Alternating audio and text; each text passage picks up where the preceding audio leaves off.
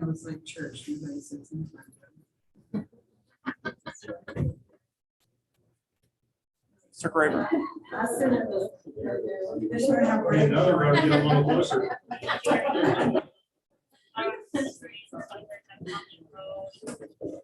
Mr. Graber, you're good. All right, good evening, everyone.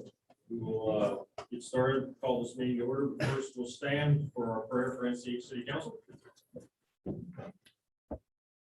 God our Father, we are all your servants. We trust in your mercy and love.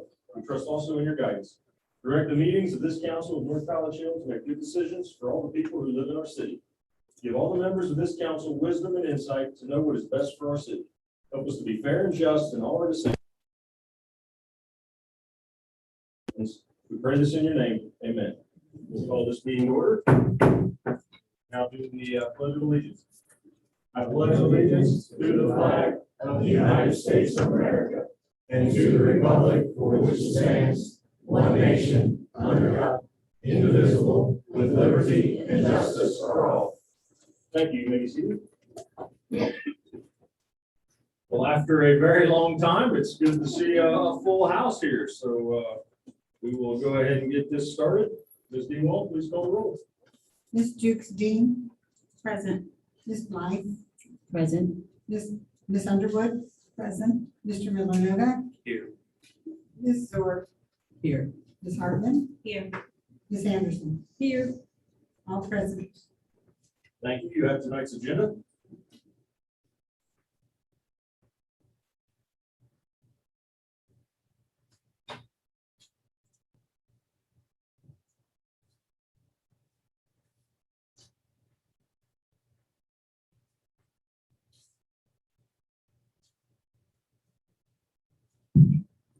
Mr. President, Ms. Zorb.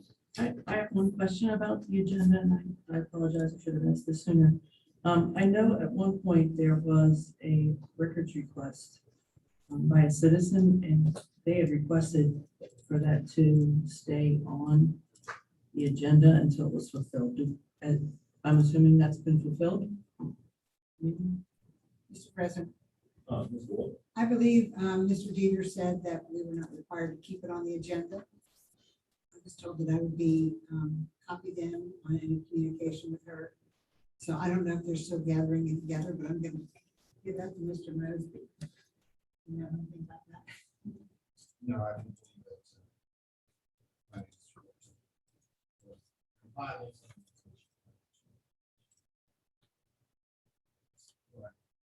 So the bottom line is it's not required to be kept on there. And because Mr. Dieter said not to do it, I did.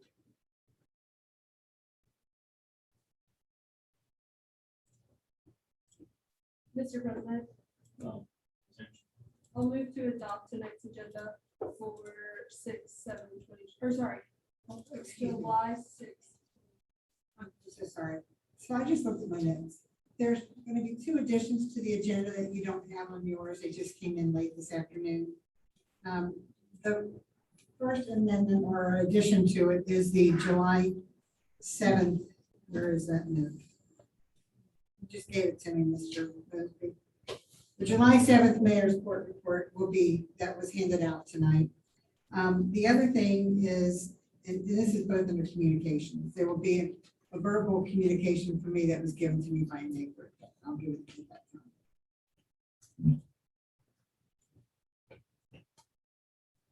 I'm finished. Okay, motion was made by Ms. Anderson to adopt tonight's agenda. Mr. President, I'll second the motion. We have a motion by Ms. Anderson and a second from Ms. Underwood to adopt the agenda. Any discussion? Please call the roll. Ms. Jukes Dean, Yes. Ms. Blythe, Yes. Ms. Underwood, Yes. Mr. Miller Novak, Yes. Ms. Zorb, Yes. Ms. Hartman, Yes. Ms. Anderson. Yes. Motion to adopt passes 7-0. Thank you, ma'am. We also have the minutes from the council meeting on 6/7.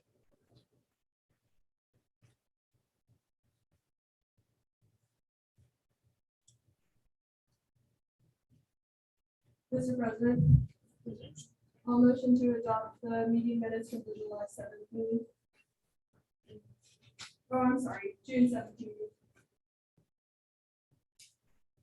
Mr. President, I'll second that. Ms. Hartman, motion for Ms. Anderson, second for Ms. Hartman. Adopt the meeting minutes from June 7th, 2021. Discussion. Ms. Dukes Dean, Yes. Ms. Blight, Yes. Ms. Underwood, Yes. Mr. Miller Novak, Yes. Ms. Zorb, Yes. Ms. Hartman, Yes. Ms. Anderson. Yes. Motion to adopt passes 7-0. Thank you, ma'am. All right, now we have a very special occasion, the swearing in of two new full-time police officers. So I don't know who I'm turning it over to, but I'm turning it over to someone. I figured it was you, Chief Tran. Good to see you here tonight, sir. You too, thank you. Thank you, everybody, for having me. It's good to see everybody in person. So I know we always haven't been 100% consistent with bringing the folks forward to do a swearing in, but we believe that it's important that we're going to try to start doing that from now on a regular basis. So with that, it is my great pleasure to go ahead and start off by introducing our first new hire, Megan Pitzer. Megan is a graduate of Great Oaks Police Academy. Out of about 30 applicants that we were looking at, she stood out from all of the rest. One of the reasons that I can tell you that I chose her was just based on her sheer desire to help people. That came through in the interviews and her backgrounds and everything that she's done. And so we're very proud of her, and we are expecting some very good things as one of our new full-time employees. She has 4 kids, 3 of which she's either in the process of adopting or all the way through of adopting after foster. Yep. Congratulations. After fostering those kids, and we believe that she's going to bring that same dedication and compassion to our police department. We're excited to see what she can do with this. My second is Jennifer Cena. Jennifer is also a graduate of Great Oaks Police Academy. She was one of the first women to graduate from West Point U.S. Military Academy. She got her bachelor's in mechanical engineering and aerospace. She has 4 children, 3 daughters and 1 son, all adult age. And her husband, from what I hear, is a pilot. And, she has decided to come here. She only wanted to apply here because of her service with St. Margaret Mary, and she just loves this community, and she wants to give it a go to see what she can do to help out just anything that she can do for North Cowichan. And that's the kind of dedication and community service that we look for to see what she can do. So I'm very proud to have the mayor swear them in, and I'm very proud to have them in front of you tonight to start off what we hope is going to be a wonderful group. I can't wait to see what they do.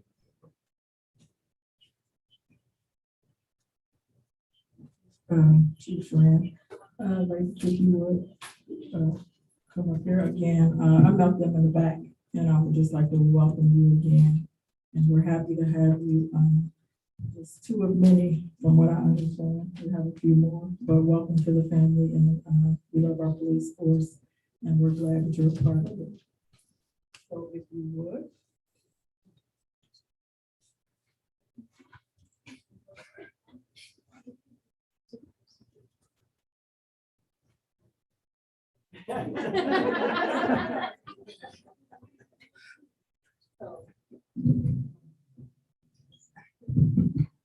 So I'll just go back.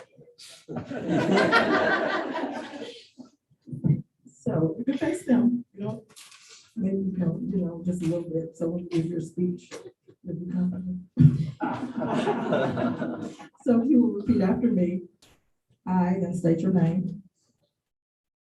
You can do it at the same time. I, Jennifer Cena, Do solemnly swear do solemnly swear or affirm that I will support or affirm that I will support the Constitution and the laws of the United States of America, the Constitution and the laws of the United States of America, the Constitution and laws of the state of Ohio, the Constitution and the laws of the state of Ohio, and laws and ordinances of the city of North College Hill, and laws laws and ordinances of the city of North Carolina, and will honestly, honestly, faithfully, faithfully, and impartially perform and impartially perform the duties of police officer for the city of North College Hill, the duties of police officer. for the city of North College Hill. I also swear and affirm I also swear and affirm that I will support the values to support the values of North College Hill Police Department, of the North College Hill Police Department, character, commitment, community, community, and compassion. and compassion. This oath being sworn Being sworn to before me on this 6th day of June, 2021. That's probably my part, so. But I'll give this to you. Congratulations again.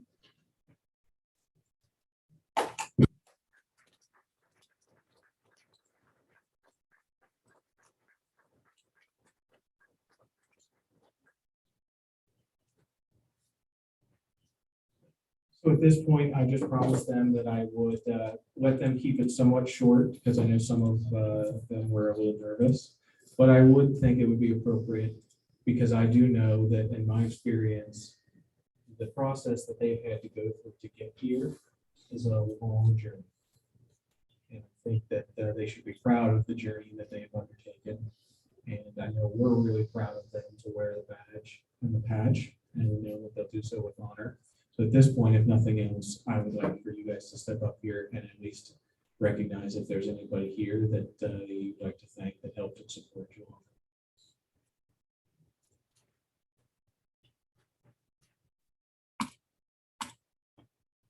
Hi, guys. I was probably the one that he was talking about and might have been a little bit nervous to give a speech.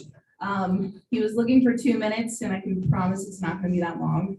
I just want to say thank you. I look forward to serving the city of North College Hill. It's been a very eventful couple of days, and it's been awesome so far. I just want to thank I have my parents here, my little brothers, and my best friend. So thanks for everything you guys helped me with to get here, and I know I'll need your support going forward. So thank you, and thank you guys. Thank you for having us at North College Hill. I look forward to serving and protecting the community for a long time. I did bring my husband Doug and my son Mitch. Thank you very much.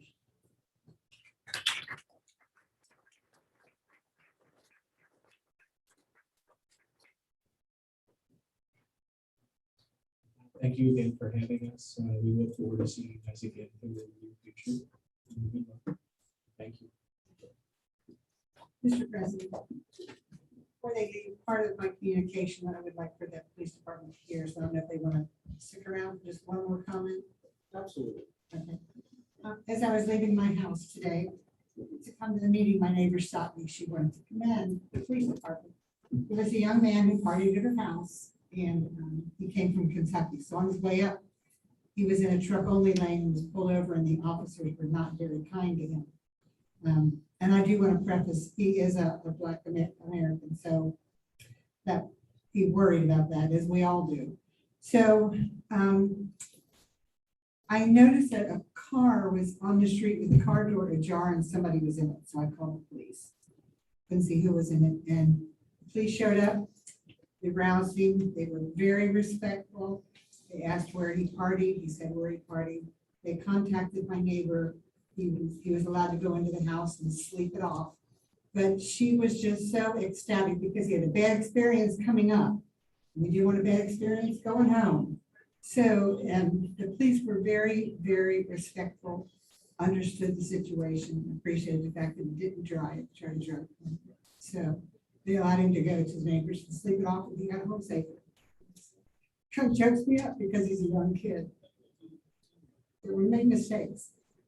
But anyway, I just wanted you guys to hear that. She wanted kudos to the police department. So.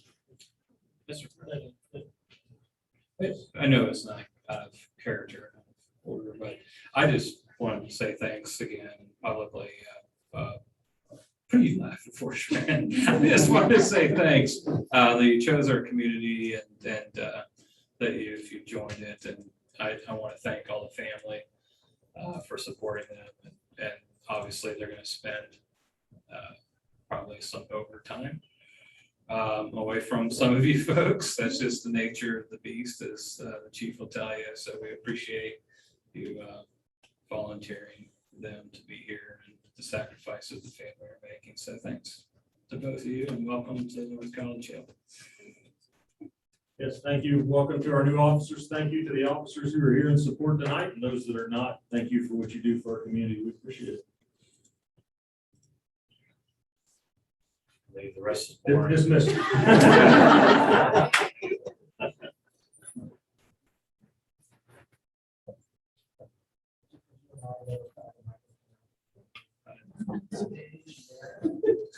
All right, buddy. Have a good night. Thank you. Thanks again.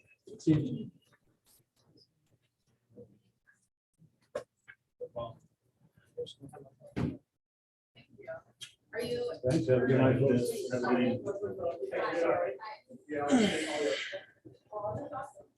All right, Mr. Wall, would you like to continue with your communication?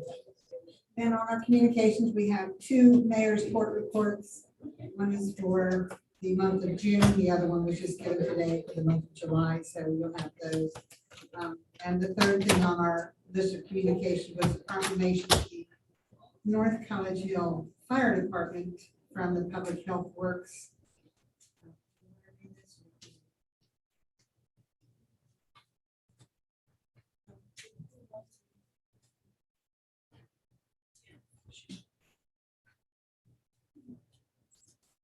Would you like for me to read it? So this is addressed to Chief Brian Fells with a great thank you under his name. To say the last 18 months have been challenging for Hamilton County would be an understatement. The COVID-19 pandemic has truly put our resources and partnerships to the test. The pandemic has also clearly demonstrated how to work together and sacrifice to achieve common goals. Your partnership and cooperation have helped us begin to put COVID-19 behind us. You have helped us save lives while working to overcome the worst pandemic in more than 100 years.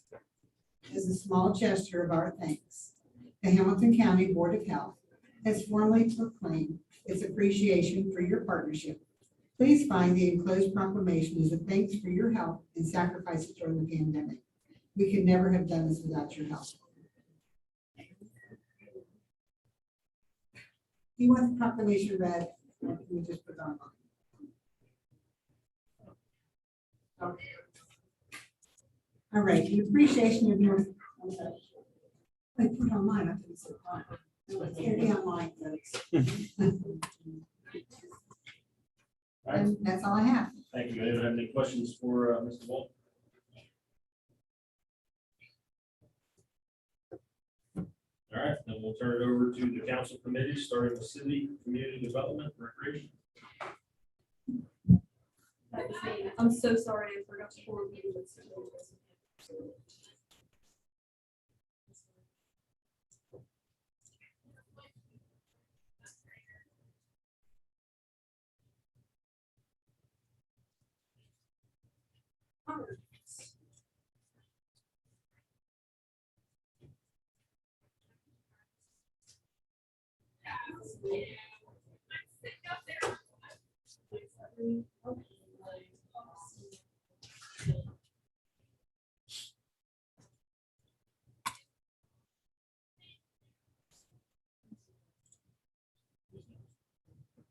Because it's has to do with our community as well. As Amber said, I did talk to Ms. Belcher, and she is willing to be in the committee for trees and welfare, and also she's also wanting to be on recreation. Is that one of the others?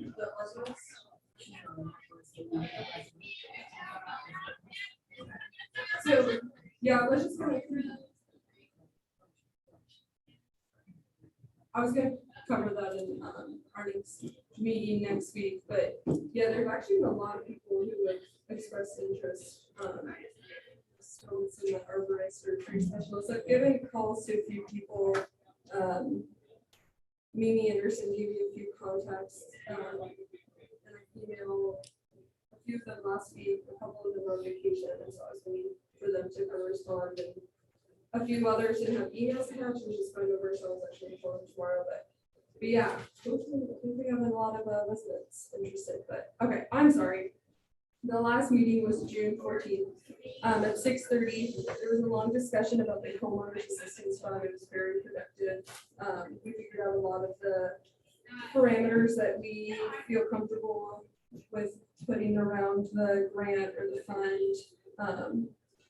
There was a lot of discussion around that. Like I said, very fruitful. There was also a small discussion about the Tree City USA board, which Mary Nichols and I were just discussing.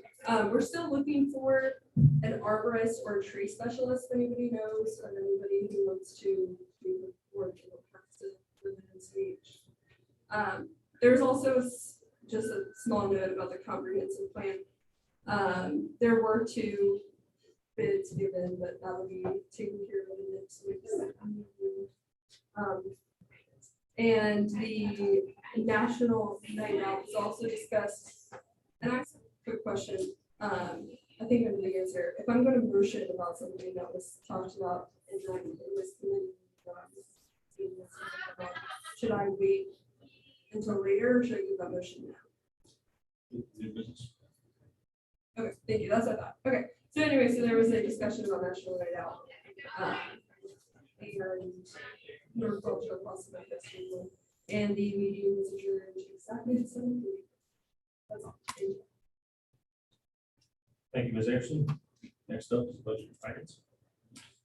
There's not much to report in the sense that extreme vast majority of our meeting took place in executive session. We're still working on the salary ordinance. And I assume we'll be probably spending most of our time in the next meeting on the salary ordinance and probably spending a lot of time in executive session. So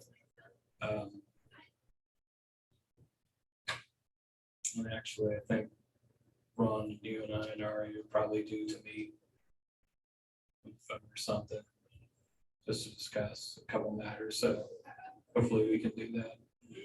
Schedule a time between today and the next Monday to talk about some stuff. So I should be circulating an agenda hopefully by the end of the week. And I think that's all I really have to report. So the next meeting is this coming Monday. 7/12 at 7:30 p.m. I guess we'll be here because that's a thing again. So we'll be here Monday, the 12th at 7:30 p.m.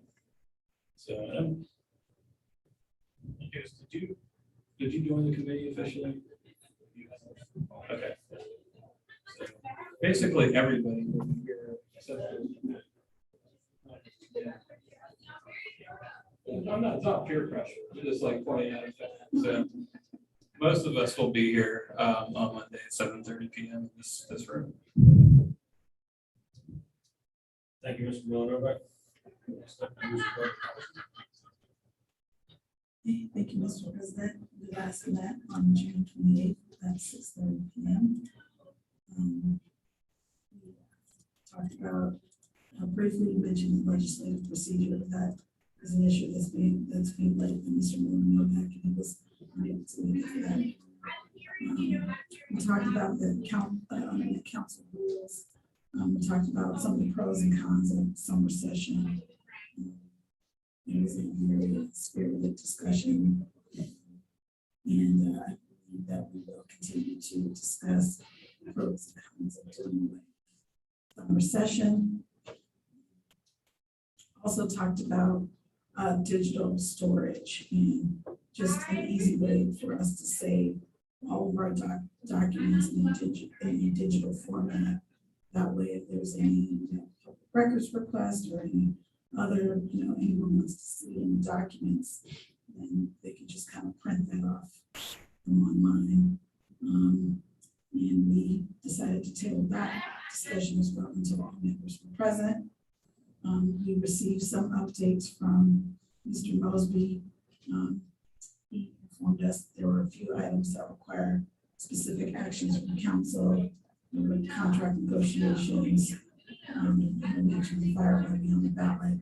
We also mentioned the police levy that's coming up next year. So I'll get the meeting minutes updated and to doing that, not before the July meeting, but before the August meeting. My next meeting will be the fourth Monday in July, also here, because that's a thing. We adjourned at 7:10. Thank you. And the fourth Monday is July 26th. Next up is public safety. Give me just a moment to pull this minutes up.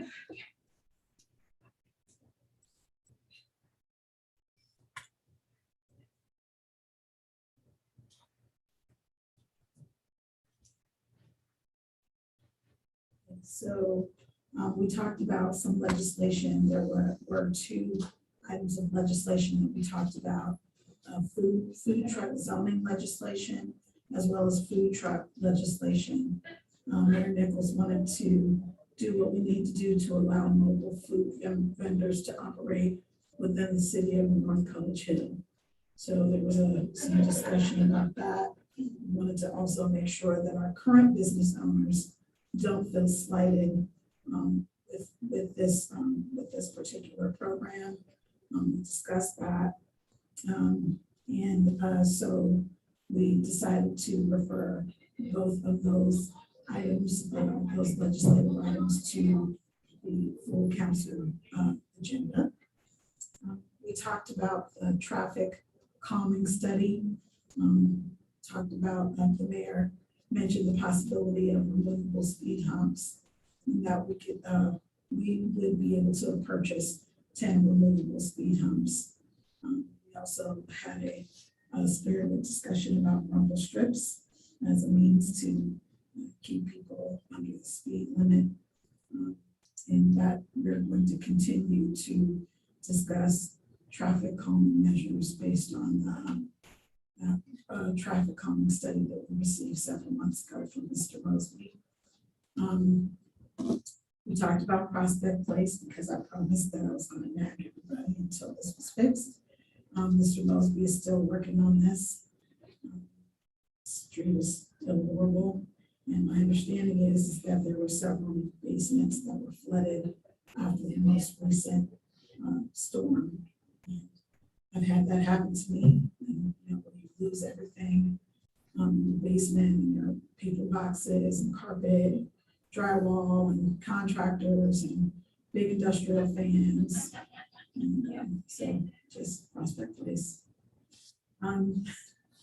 Also under new business, we were talking about the potential of a bus route down Clover Neck Avenue, and we had one years ago. Mr. Mosby will follow up on that for us, and that meeting was adjourned at 8:10 p.m. Thank you, Ms. Underwood. Turn to ad hoc reports. Does anyone have an ad hoc report?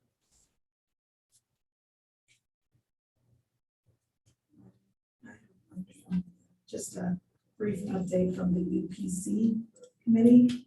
Don't have the minutes with me. I apologize for that from our last meeting, but we did create a calendar to open the track. We're just trying to, the point of the committee is just to do some things to make just, little things that make people happy in our community. And one of the things that we agreed to do was just to take turns opening the track in the evenings to make sure that people could go walking.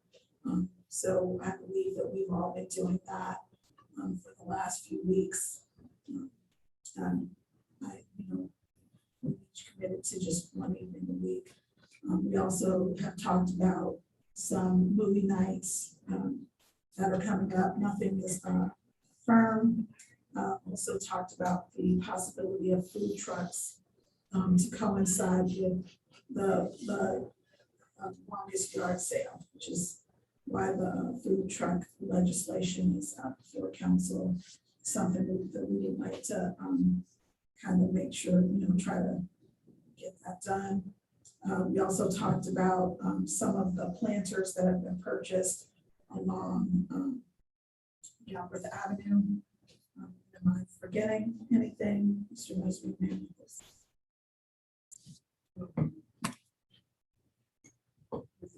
we discussed, maybe we wanted to go clean out I call it some different items, cleaning the grass, and so I would probably pick up a flower and it's thinking it was a weed. So just to, help beautify or clean it up, because I did look the one from Miss Boss and her, and there's a bunch of weeds. I could tell some of those weeds, so that was in there. And,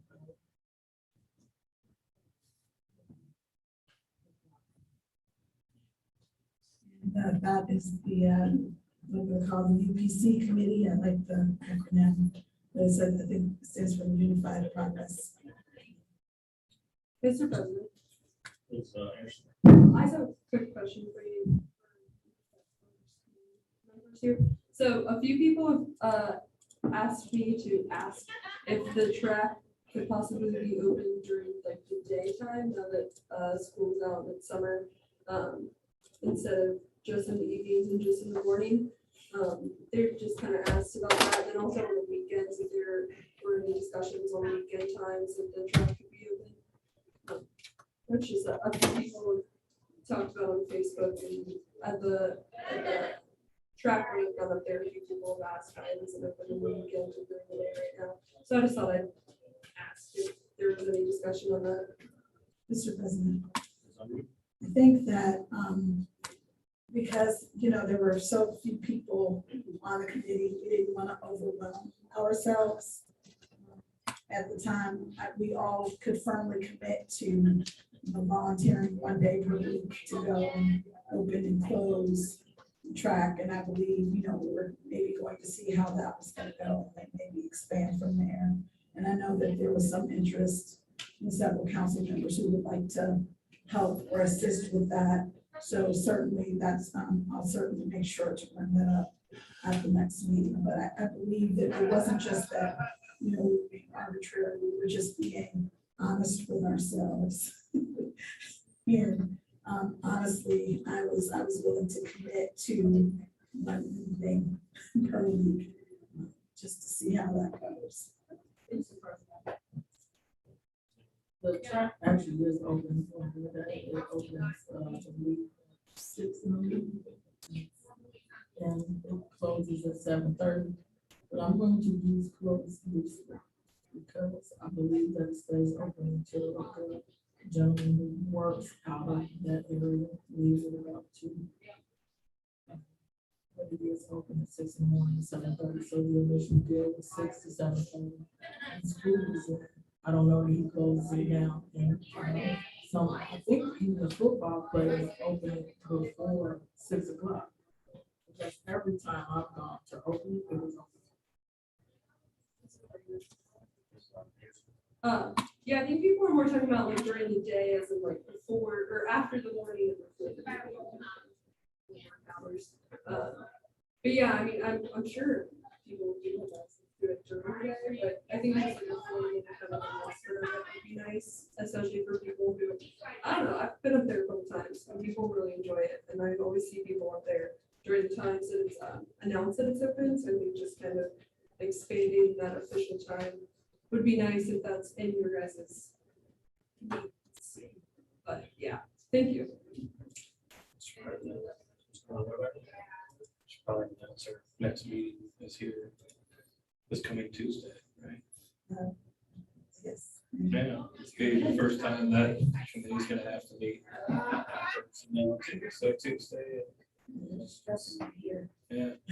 So I mean, Here is at 6:30. at 6:30 every the second and fourth Tuesday. So we'll be here Tuesday, the 13th. This location at 6:30 p.m. Thank you. Any other add-on questions? Mr. President, I have a question. I missed out. Why is it being switched to Tuesday? Because that's what works best for everybody's schedules on the committee. I mean, that's it. Like, no special reason. I mean, it was on Saturdays and the members of the committee decided that it worked better for the majority of the members to change it to the second, fourth Tuesday. I'm sorry, and then what's the name of the committee? Uniform Progress Committee, is that what you're talking about? Unified. Sorry. I get so used to calling you UPC. I forgot why. Yep. Last call for ad hoc reports. Hearing none, we'll move to the administrative reports. Madam Mayor, what is yours? I don't have much. I was gonna talk about the uniform or unified. Yeah. One of the things that we were talking about, and as well, she did mention that they were considering doing like a block party or something like that, and along with, I had talked to a couple of beauticians who are willing to come do something like for back to school, and that's something else that we want to do. I know a lot of families have not been able to get out because of COVID, and the girl I spoke to said that she would like to bring backpacks and goodies and all that for, so that's something that I want to consider doing coming up. I guess school starts back August 16th for the district. So if we can get someone to come out and cut hair, I know it happens. I've been to a couple where they cut hair, they bring backpacks, they style the girls' hair, and they usually do it for free or at a very low discounted rate. So if we can, I want to work, I don't know if we can do it, if you're going to do it, to get that going maybe the weekend before school starts back. I think that would be neat for the kids and just even for the businesses around here, going to petitions and the barbers who want to give back to the community. And then just to give a couple of dates, the planning commission meets the 20th, and I believe that time is 6 o'clock, and it's here. I think they've been meeting here for a few months now. And CIC meets on the 15th. Yes, at 6:30 here. If anything happens or it's council, anything has changed, I'll send out an email, Mr. Murphy send out an email. But I think everybody should come out because there's been some interesting things going on in those committee meetings, just so you can be aware. And that's pretty much all of it. Welcome back. It's good to see everybody here. I didn't know if everybody was showing up, but. Mr. President, Ms. Anderson? I could be wrong, but I feel like I remember a couple months ago, the school board announced that Raquel had all of their school supplies paid for, like all of the students have their school supplies paid for the next week. Not that, I mean, I'm a teacher, I love school supplies drives, don't get me wrong, but I just don't want to, get a bunch of stuff that they're not going to be able to use it. It doesn't necessarily have to be school supplies, you can do other things, and I'm not sure Like new what, shoes for school. I don't know what they've got donated. Yeah, I did hear that, but I don't know what's for a couple of years. I did hear that there was some type of grant or something for school supplies, but that's generally paper and books and stuff like that. So I think that's a great idea, though. I do like that idea. It's more like a give back, you want to give, because I'll be honest, I just like school as a kid. I hate going to school. My niece is the same, and I look at her like, I understand. But, to try to make it exciting for them. Some families cannot get a haircut. Those are the things that I'm looking at, just something like that. Some can't get a haircut, some can't get their hair either braided or styled. If you have people who are willing to let someone to do it for free or a discounted rate, I think that's important. I mean, I've chipped in and bought shoes for people, I see them every day, so I think that's important too, not just paper and pens, just other things the kids need for school. You'd be surprised how many of the kids don't have uniform shirts. Or at the elementary level, they're wearing their high school sibling shirt to school, so. Mr. President. Is there like a wish list or something over at North College Hill, like, when my kids went to elementary school, or it's K-8, but they always had like a little room where you could go and get like gently used uniforms and gently used, like, you know, when, like my daughter would outgrow things, I would just donate them there. And, you know, they could go and purchase something, not for a lot, but just, you know, the cost that, the cost to wash it. And so maybe $2 or $1 for things like that. Is there something like that in existence? Not to my knowledge, just high school.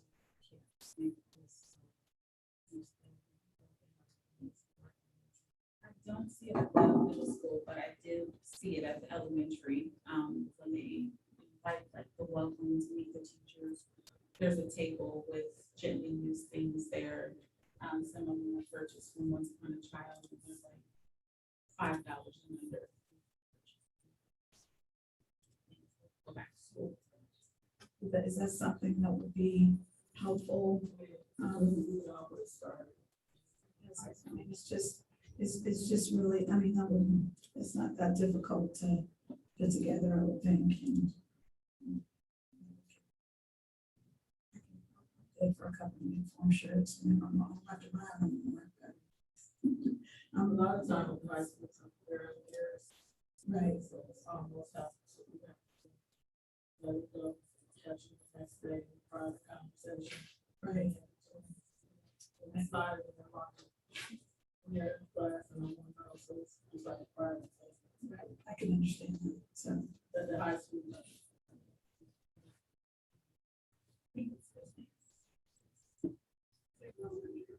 You know, for the kids come in, generally what happens is they're not in school suspension. It's a shelf.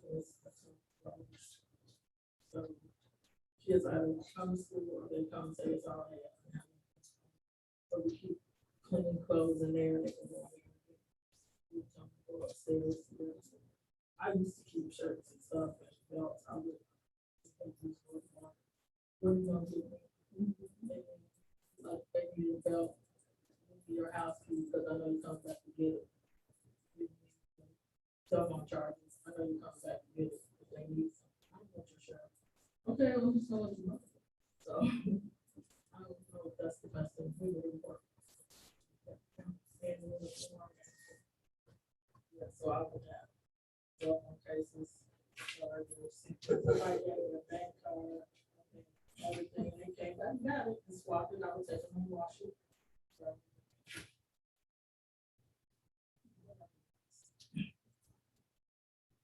All right, thank you, Ms. Nichols. Next up is the city administrator's report. Good evening, Mr. Mosley, the floor is yours. Thank you, Mr. President, Mayor, members of the council. That everyone had a festive and enjoyable 4th of July weekend. It certainly is good to see everyone back. So I'll start off with a bit of good news. Next Wednesday, July the 14th, the city has partnered with LifeSpring Community Church to present a drive-in movie night. The featured movie will be Sonic the Hedgehog, and our local chapter of the Disabled American Veterans will be out serving hot dogs and drinks to the patrons. While there will be no charge for the food, they would greatly appreciate monetary donations. This will be a great opportunity to create some fun memories with the family. So we are encouraging as many people that would like to come out, watch the movie. I would like to thank Councilmember Miller Novak and the members of LifeSpring Community Church for making this event happen. Last month, I mentioned in my report that we were meeting with the newly formed full-time firefighters collective bargaining unit, great agreement that will be suitable for all parties. We were able to achieve that objective last week, and the unit immediately ratified this tentative agreement. A copy of the agreement was forwarded to you last week. We were able to accomplish this expeditiously because of the efforts of Chief Fells, Finance Director Ari Hall, and our Law Director Bill Dieters. I forwarded the tentative agreement to each of you for your consideration and ratification. I also want to remind council that the discussions for the full-time and part-time police collective bargaining units will begin in October.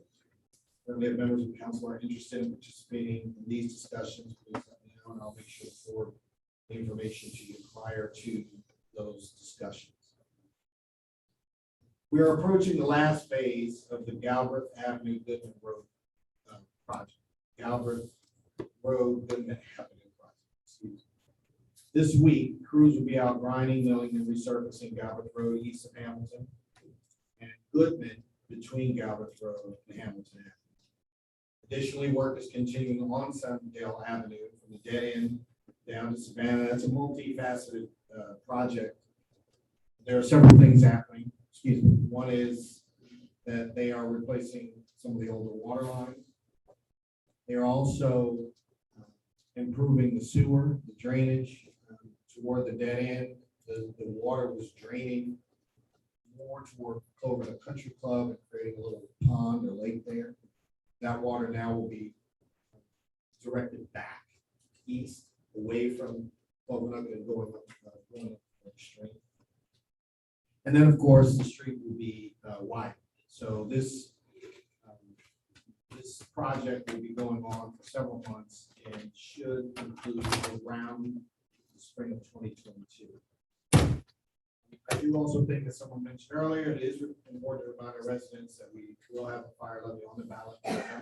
Again, the proposed 12 mil levy would replace our current 3.2 mil fire levy, provide the resources to hire 6 additional full-time firefighters.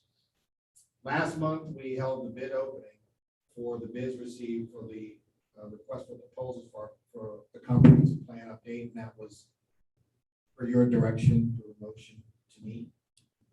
We received a total of 2 bids, which you received by email. I invited both the firms who submitted bids to attend the Community Development Committee meeting next Monday to provide more information about their firms and their bids. At that point, it will be up to council to decide if either of the 2 bids are suitable, then appropriate the funds for the project. As was mentioned a little bit earlier, from a beautification perspective, I did want to just let everyone know that we, in a joint effort with the North College Hill Chamber of Commerce, purchased several trash cans. Those are now out on the street. We are also supposed to be receiving complementing recycling receptacles that will go with each of those trash cans, and that will be courtesy of the league of this Keep Cincinnati Beautiful. So they're giving those to us to help, so we do want to encourage people to use those trash cans as well. And then finally, as you saw earlier this evening, the police department has hired 2 full-time police officers to strengthen our force. I'm certainly very excited about the addition of those 2 officers. I do think that Mayor Nichols also alluded to it earlier. That is not the last, because we've been through 2 rounds of interviews. And so I'm looking forward to for the police department to hire at least 1 additional full-time firefighter. So next month, I'm hoping that we will have another one that will be able to be sworn in to beef up and strengthen our police. And Mr. President, that's all I have. Mr. Busby, any questions? Mr. President. So Mr. Busby, I have a question for you. It wasn't in your report. I have a question about our beautiful new street sweeper. Can you just explain to all of us how it comes to be that we have a street sweeper, and, you know, which, by the way, I think is wonderful. Clean streets. Yes, we all do. But if you could just explain to us how it comes to be that we have a street sweeper. Oh, yes, ma'am. So last year, council, during the budget process, allocated approximately $150,000 in the capital, street capital fund, excuse me, in the street fund for the purchase of capital equipment. And that money was used in order to purchase the equipment. I believe what you may be referring to is there is a provision or chart which states that basically if there is a contract that has to be signed, in other words, if we went out for an open purchase, that contract would have to be approved by council. However, there is an exception to that rule, and that is if it is purchased on a state contract, in which case I would need to sign no contract, and there is no limit to that purchase. And that was the contract, if you will, that was used. So I know contract, there were no bids that went out or anything. This was purchased from the state contract. And that was what we used to use the street sweeper. Thank you, Mr. Muslim. Any other questions for our city administrator? Yes, Mr. President. Ms. Zorb? So actually, I'm reading that exact part of the charter. It also states that the city administrator shall report the facts to the mayor and the council at its next meeting. Hopefully that part was done. Ms. Zorb, the reason that, as you had mentioned, is because, as I stated before, you had already allocated the money in the budget for us to do that purchase. So we did as we were directed per the ordinance, which is the budget ordinance. I disagree with that wholeheartedly. And I'm going to point out again, just because we put money into the budget does not mean it's not an appropriation. That is just, we could put $1 million in a line item, but that doesn't mean you get to spend $1 million if it's over this $75,000. And this clearly states, I mean, it's the exact item you were talking about. The state bidding, the only exceptions are the state bidding process. And in that same sentence, it says, and in such case, the city administrator shall report the facts to the mayor and to the council at its next meeting. That was absolutely not done. It was only brought to council's attention when I brought it to council's attention because I saw the street sweeper sitting out in our parking lot. It was significantly after because it was in what, July when we had the NCH cleanup day? And now you're saying it was purchased back last year on last year's budget. Actually, Ms. Zorb, I corrected myself. I did say that was erroneous, that it was purchased for the 2021 budget. I had mentioned that, I believe it was last month. So, I'm sorry, I just wanted to know what section you were referring to. 6.5, 6.05, purchases and contracts. Can you tell me when you had told the mayor and council that the purchase was made? Back when the budget was approved, when you approved the budget for the purchase of capital, that was when when the notification was made. I disagree. 100% disagree. Mr. President, may I ask Ms. Zorb a question? Mr. President? Zorb, you had mentioned that the money that you allocate in the appropriations, because that's what you do. You're saying that even, I just want to make sure that I understand you correctly, that even though you budget money in the appropriations for specific purposes, are you suggesting that I still have to come back to you after you've already, by council vote, approved the spending of the money? I have to come back to you again and tell you that I'm about to spend the money? If it exceeds this limit, absolutely, yes. And the limit, which you mentioned there again, to be clear, is if it is an open contract. This was not an open contract. This was a state contract. And that is one of the exceptions explicitly stated in that particular charter provision. And so you're telling us that now, but when the question was asked 4 months ago, we didn't hear anything about this state bidding process. And as you clearly stated, the first time the question was answered, you said it was on the year before. So clearly the ducks are not lining up. I feel like we're playing fast and loose with the law around here, and the ducks are not lining up. Mr. President. I get that it's a procedural question. And I mean, unless I misunderstood. I mean, you had a question about the process. There's some disagreement about the process and the charter, and that's fine. Does anybody here have a problem with the fact it was purchased? I mean, all procedural questions aside, I'm happy we have bought the street sweeper. I understand that we also rented out, I believe, some Mount Healthy, so I think it's somewhat almost like self-funding in that regard. So does anybody have a problem with that? I mean, I understand process, and process is important, and if we're just worried that for some reason, just process, it's law. well, here's the thing. I understand law, and let me finish. If we are fine with the purchase of it ultimately, and we're just maybe a little bit concerned that the process wasn't followed, and I can tell you from personal experience, we're allowed to ratify it.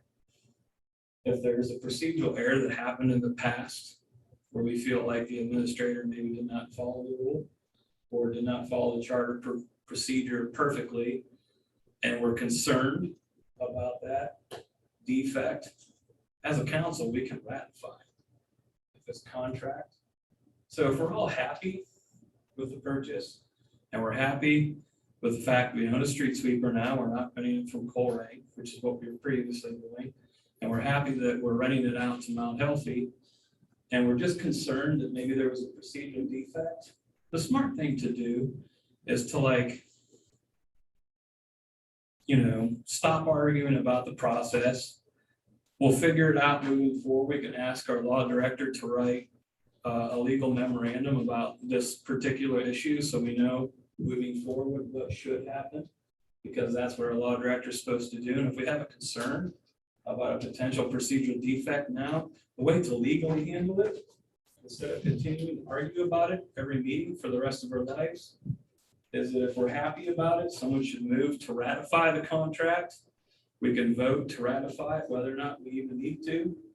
And then we know that we've cured any defect that may have happened, and we get a legal opinion, so we know what we need to do moving forward.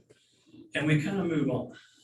Because, I mean, me personally, if we're all happy with the decision, or at least the majority of us are, I just don't think it's the best use of our time to continue to debate about how it happened.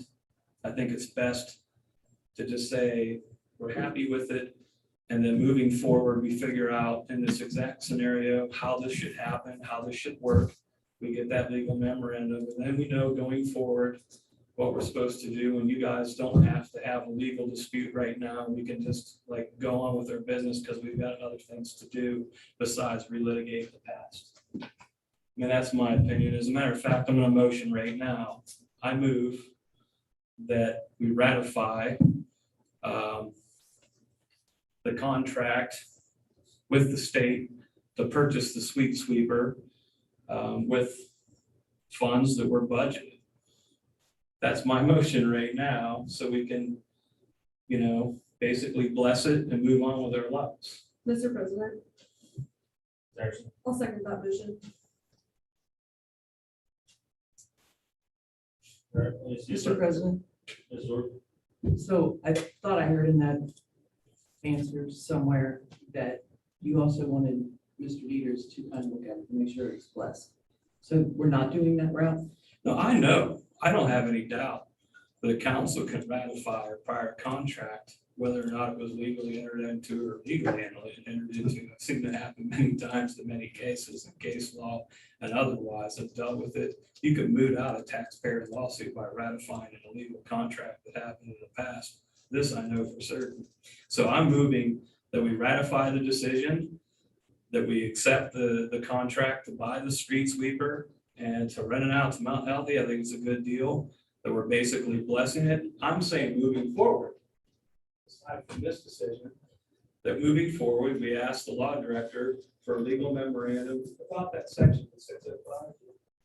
And what exactly it means. If it means that if we've appropriated money, if Mr. Mosby enters into a state contract in the future that exceeds $75,000, whether or not he has to come to us. Because honestly, Ron, I think the issue is right now, we're all happy with this decision. I think for the most part, maybe not all of us, but I think the majority of us seem to be. But there might be a scenario in the future we're not. And some of us might not want to ratify it. So I think it's just best for the relationship between council and the administration that we get an opinion moving forward. So we know what our respective powers are. That's it. I think that's reasonable. It's a good baby splitting result, I think. Mr. President, Ms. Zork. I do appreciate that, but I do think that there are a couple of things. I actually did speak with our law director, Mr. Dieters, regarding an interpretation of this. And basically, what what I was informed of is that first of all, the document that, as you kind of pointed out, ratifies is the budget itself. In other words, by ordinance, I was instructed or given the direction, I'll put it that way, to go ahead and make this purchase. Second, as you pointed out, Mr. Miller, because it was on the state contract, there was no, and we're members of that.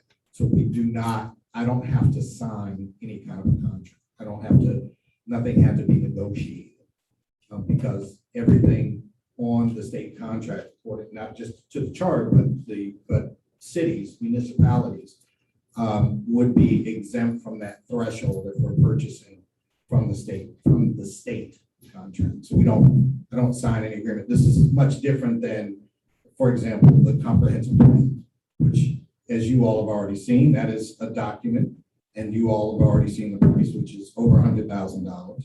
I would absolutely need your permission, which is why everything was forwarded to you. So I could not enter into an agreement. That would be violating the charter. But using the state contract, and Mr. Dieters, this could be his opinion. If you wanted in writing, that would be fine. But the budget is the direction. It gives me the direction. And then the state contract is the provision in the charter has that exemption. And so therefore I don't have to enter into a contract. Mr. President, Ms. Underwood. I would like to call the question. We have a motion on the floor from Mr. Miller Novak, which I want to go back through.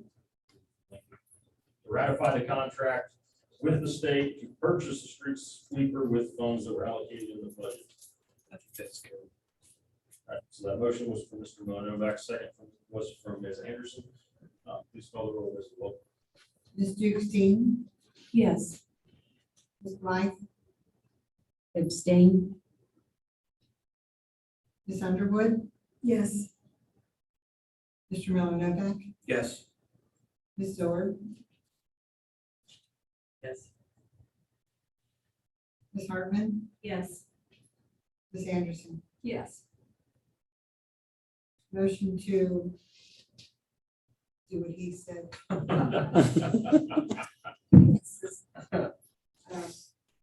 have a count that abstaining, I guess. 6-0 with an abstention.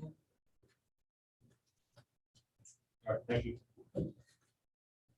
Any other questions for Mr. Miller? All right, next on the agenda is the law director's report, and he's not here with us this evening. So the next item on the agenda would be the finance director's report, and Ms. Hall is not with us this evening either. So that will bring us up to call of members, starting with Ms. Jukestein. I don't have any updates. Thank you. Thank you. Ms. Blythe. No comment. Thank you. Ms. Underwood. I would like to say, well, thank you, Mr. President. I would like to say congratulations to our new police officers who were hired.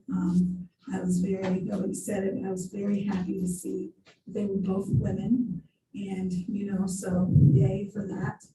And wish them all the best, and sure they'll do a great job here for us. I'd also like to remind my colleagues that Prospect Place is in terrible condition, as I promised that I would continue to remind you all.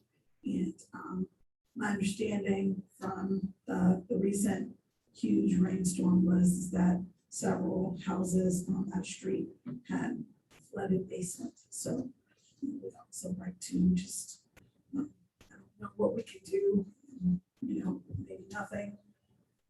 Obviously, I just want to just remind everyone that, that is something that we need to kind of put at the top of our collective consciousness, I would say. So good to see everybody in person. That is all I have. Thank you, Ms. Underwood. Mr. Miller. Anything. It's just nice to hang out with everybody again. Seeing you in person. So how's it going? So there we go. So I haven't seen you in person yet either. It's new. It's like you guys are brand new because this is the first time I've actually been in the same room with you. So that's fun. So that's it. No comments. Thanks, everybody. I'm glad everybody stayed safe through the entire pandemic, and I hope you continue to do so. Thank you, Ms. Orr. I have nothing at this time. Thank you. Thank you, Ms. Hartman. Thank you, Mr. President. It feels good to be back, and congratulations to our new officers. Thank you, Ms. Anderson. You may not have seen me in person, but I think you've heard me enough to cover all bases. So first of all, congratulations to the new officers. I am also really glad that they're both women. I think that that's amazing that North Culture is hiring people who are best for the job and then that happening people. Police are not frequently, the job of a police officer is not frequently. So glad that is something that we don't have here. I also wanted to say that I hope everybody had a wonderful June, and that everybody had a great LGBTQ Pride Month. And I want to say it again because in a discussion with a few people, I kind of realized that North Culture doesn't honor LGBTQ Pride Month or Black History Month or Women's History Month, and I was really upset with that. And so with that being said, I actually did some research on the Carey sisters who built the Carey Cottage right outside of my neighborhood.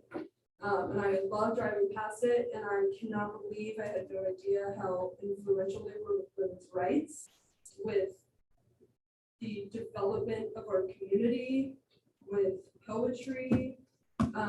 One of their, that's right here, among Alice's, Alice was one of the sisters' books, were 2 volumes of reminiscent sketches entitled Clovernut Papers. I always wondered why Clovernut and Clovernol were so important in College Hill.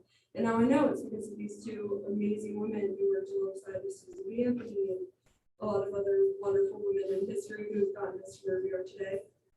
And as a council with majority women on it, with a woman mayor, I think that it's really important that we kind of take a stand going forward into next year's month of June, into next year's March, and into next year's February, and really take advantage of the amazing history that we have here, because I think that is really important. So I hope to work on that, especially with the rec committee, and I really hope that the Unified Progress Committee would like to work on that too. Especially, we just hired 2 new female officers. I just think it's so great that we have so much history and so many amazing women and Black and LGBTQ representatives in North College Hill. I think that we should take advantage of that. So that is my spiel. Thank you all for listening. That's it. Thank you. Thank you, Ms. Anderson. Next up, that brings us to remarks from the audience. We do have an audience member. Sir, do you wish to address City Council this evening? Yes, I do. You do? All right, so do we have him sign in now, or you want to? Yeah, there's a paper up there, please, if you would sign in, name and address.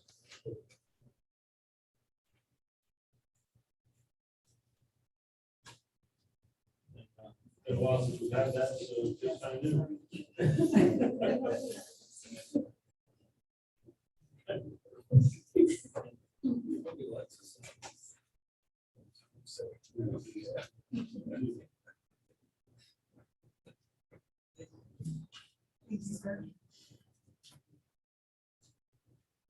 So you can take the podium now and address us.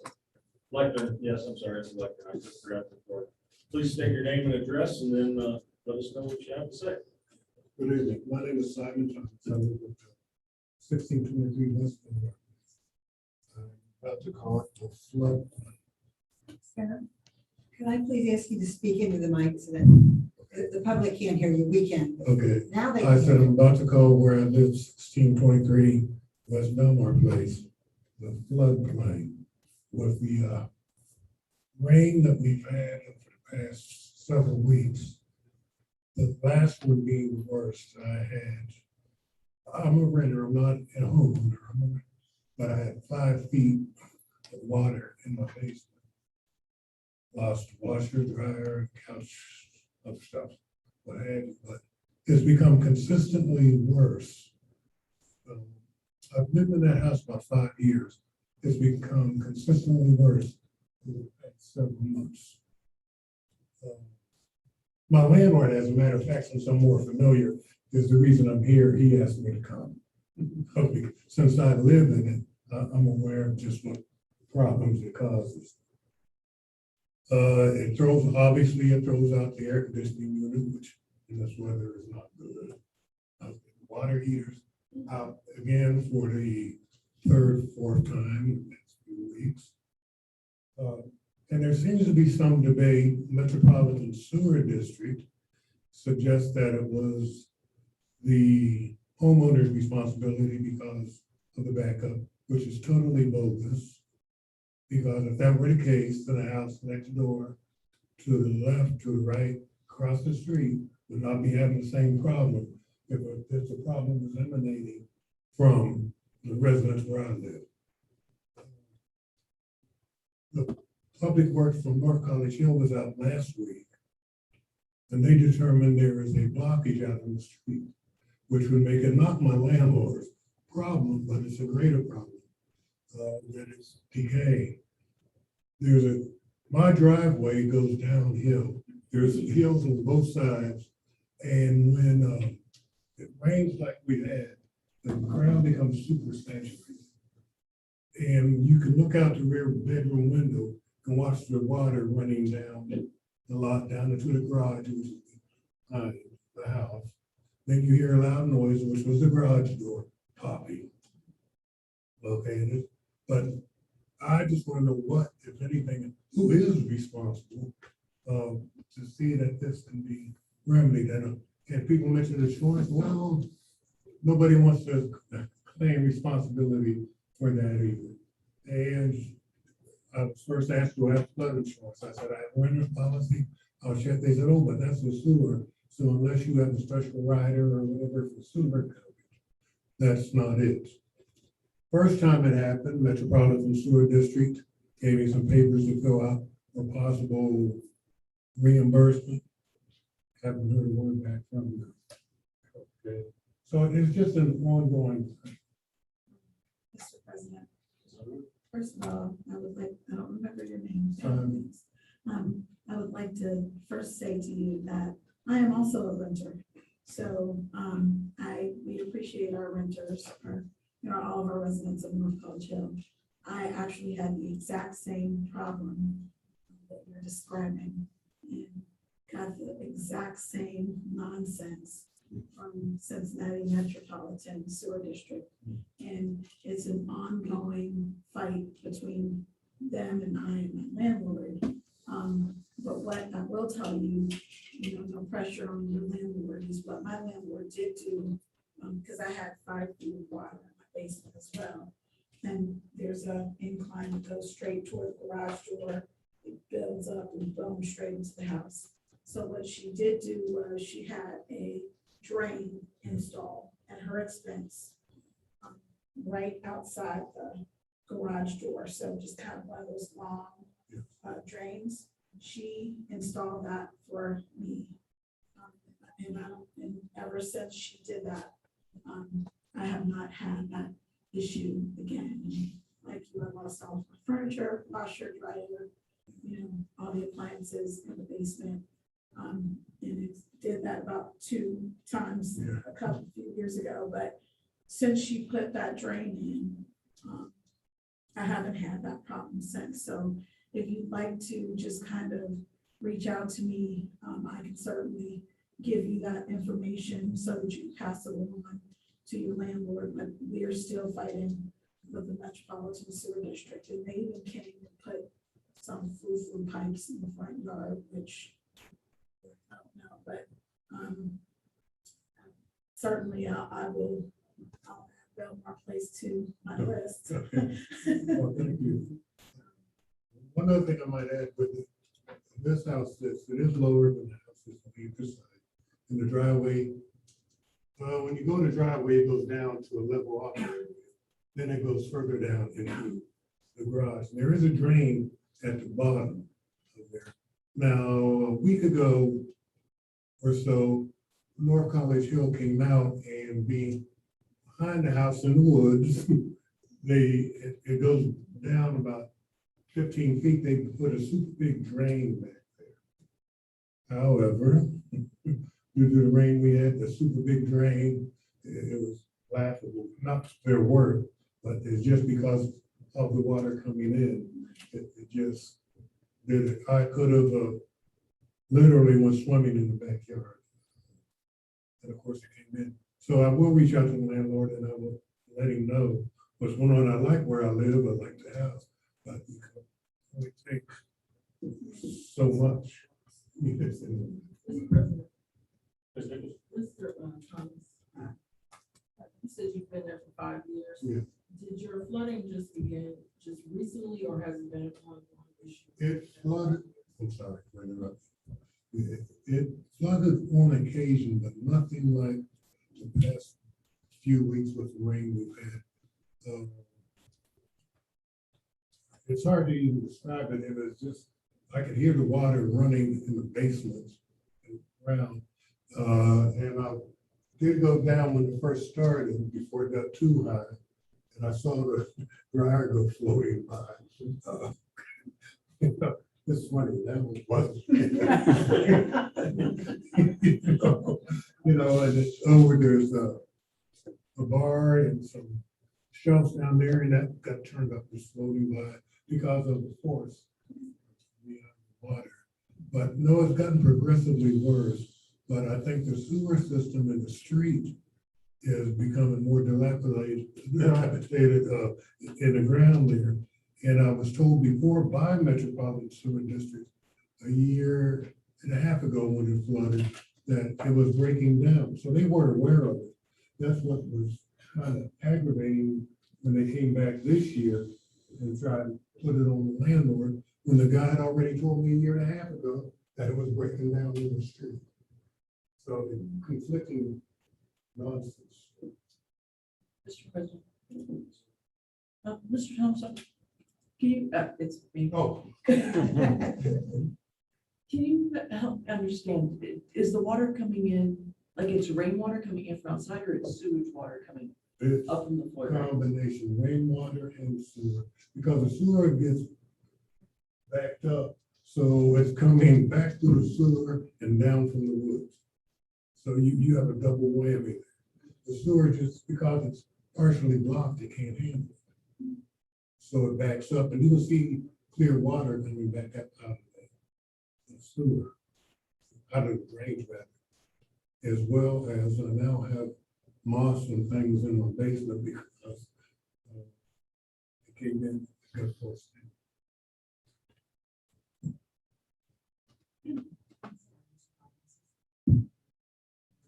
Question.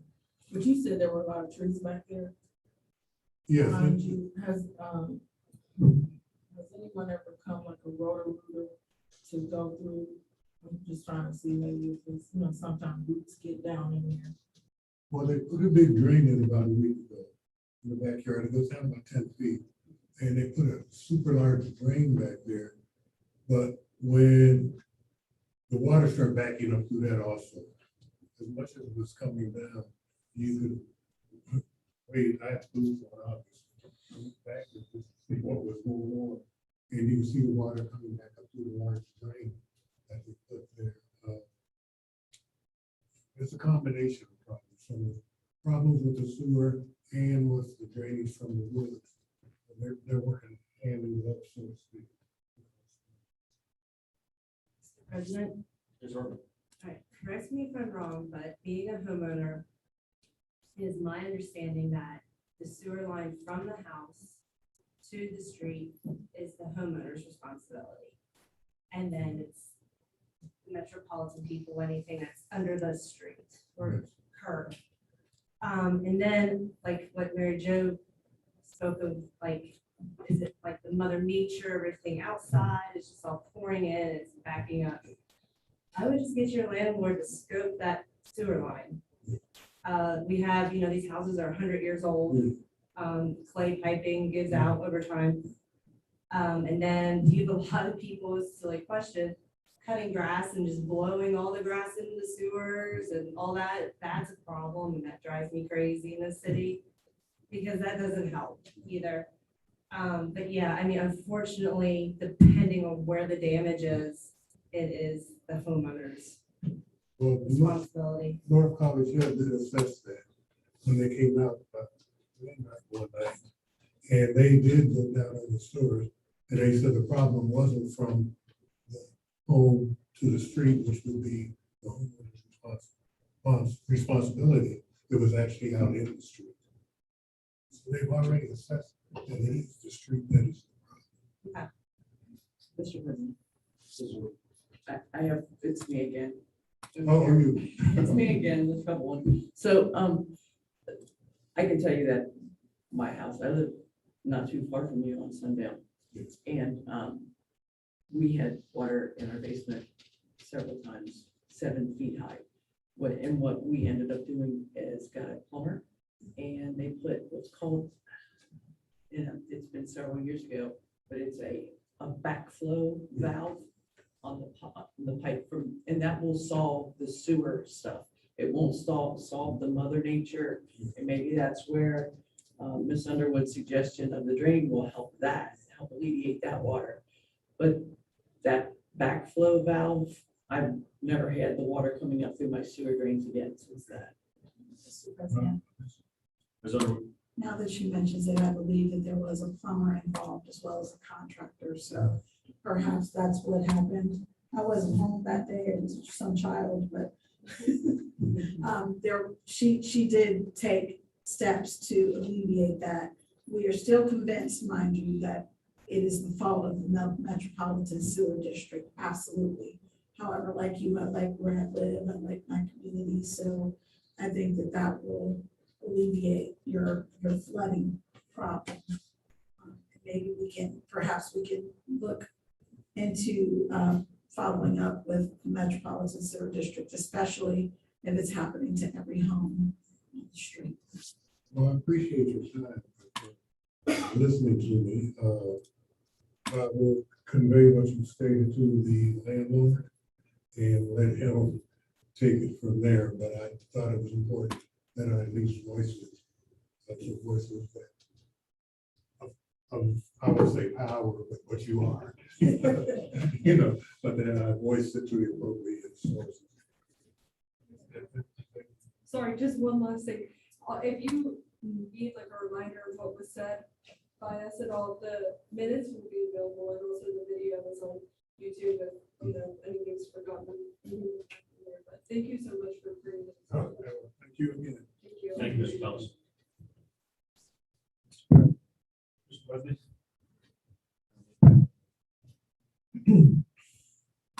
Know that last week I did forward information to each of you when this situation occurred. So I would like to review it briefly, just so that everyone is aware, if you either didn't remember or if you didn't have an opportunity. The water that was coming through was the result of collapsed sewer drain. It was on the other side of the street, which is 1620. That drain had collapsed a long time ago. There were actually holes that were in that property at one particular time. Hole in the front, the tenant filled with dirt.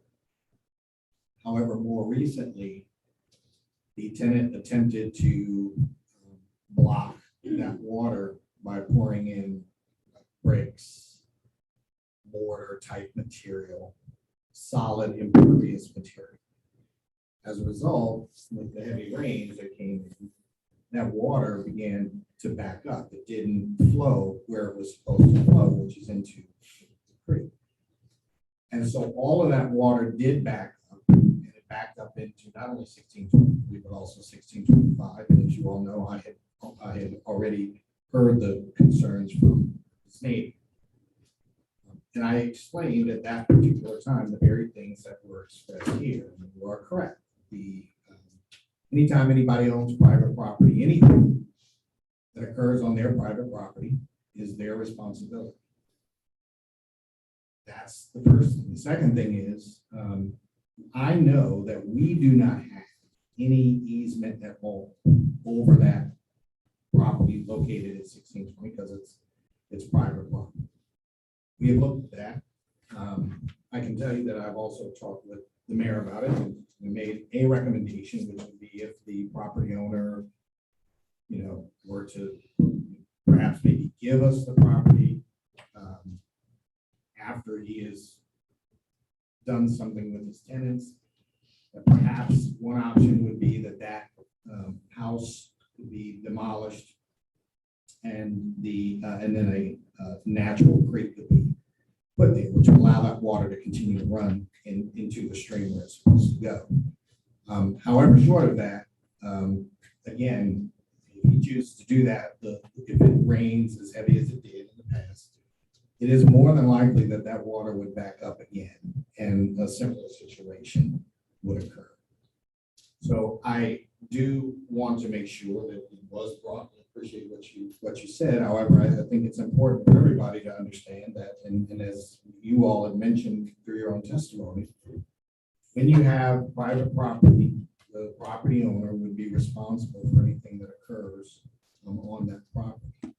So that we don't, because I don't want to give anyone the impression that somehow the city is responsible or liable. I also know as well, and I don't know if all of you had heard this, but I do know I didn't hear it myself, but someone did say that Bobby Hill, who works at the county, did encourage the other property owner to call Metropolitan Sewer District, as you had mentioned earlier, because it is a sewage, it's an MSD issue.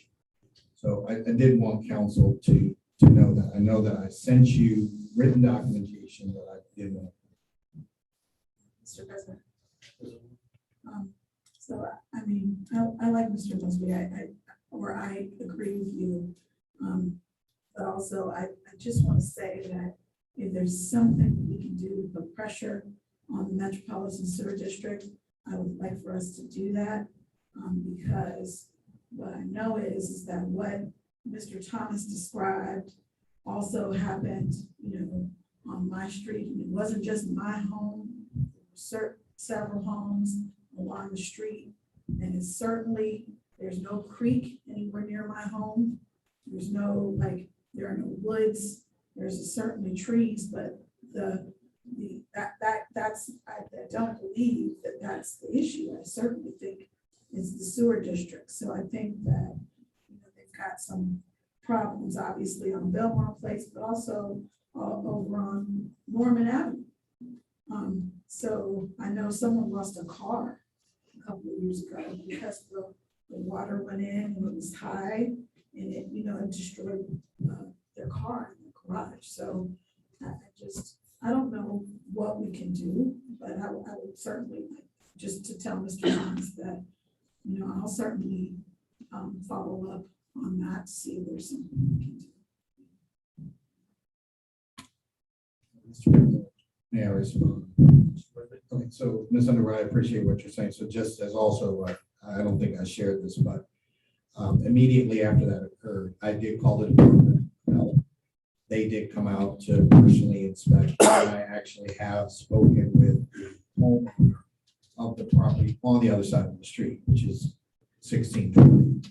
So I am in the process of trying to work to see if there is something that we can do together to help remediate that, at least on Belmar. You are correct. I can't speak for Norman or the others, but I can tell you that, and I appreciated what you said because he is correct. When the moment that there was a call, our public works people did go out and they did try to help them as much as they could.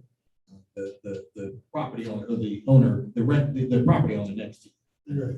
So Ms. Underwood, I just want you to know that yes, we are concerned about the issue. I just feel though, as the administrator of the city, I also have to be diligent in my responsibility in terms of even giving an implication that there is some degree of liability that the city would have, which we do not. I mean, these are acts of God. There's nothing that any of us can do about that. So, but to the extent that we can help, I am in the process of doing that. All right, we'll turn to legislation. We have a first reading on resolution 17, the resolution to certify assessments for the county auditor for placement on the tax duplicate. This one is regarding my grass. We have a first reading on resolution 18, 2021. A resolution to hold a public hearing to consider recommended amendments to the North College Hill zoning code. This is for food trucks. Mr. President, Mr. Moses. this is a first reading. However, I would like to state that this resolution is to hold a public hearing, and according to our code, a public hearing is to be held 30 days before, I believe it's 30 days before the third reading, if there is, or the final reading. And it has to be announced 30 days prior to the actual public hearing taking place. I did speak with Mr. Dieters, our law director, and he was under the impression that the public hearing should be held at a regular meeting of city council. And so having said all of those things, it does seem to me that the next meeting of city council would be the appropriate time to hold the hearing. And if so, I would ask if council would consider suspending the rules and voting on this resolution so that I can get an announcement put in the paper so that we can have the public hearing in August. Mr. President. Just to, kind of echo, it's one thing that, as Underwood brought up with UPC, it is our goals to have in the city various events. And of course, everybody here's discussed the recreation budget and knows there is none.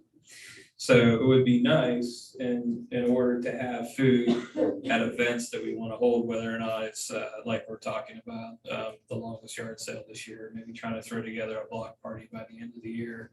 Hopefully keep these things going, or even the car show, just things like that. That the only way we can have these events on our budget to, have some food and things like that available is to have food trucks. And so I'm just going to ask that we suspend the reads. I'm personally going to motion, but to know that I kind of feel like the success of some of the outdoor events and things like that we may be able to pull off. I can't really promise we can pull them off this year, but at least have a fighting chance to kind of have the full feeling of food and things like that.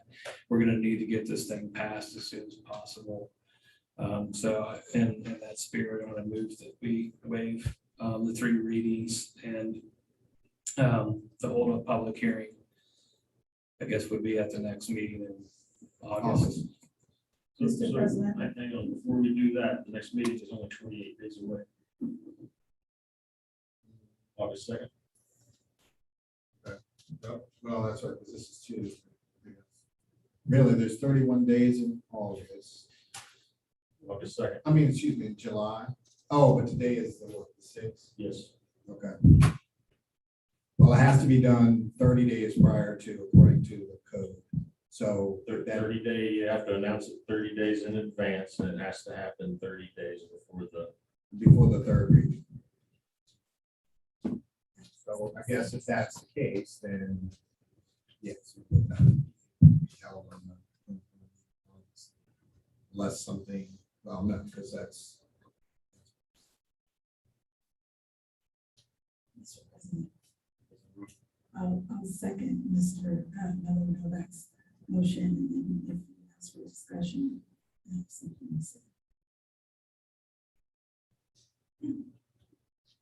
So we have the motion to suspend second, third reading on resolution 18. Mr. Novak. Second by Ms. Underwood. Discussions. Mr. President, Ms. Underwood. I would just like to make a suggestion that we just have a, I'm choked up here saying it, but special meeting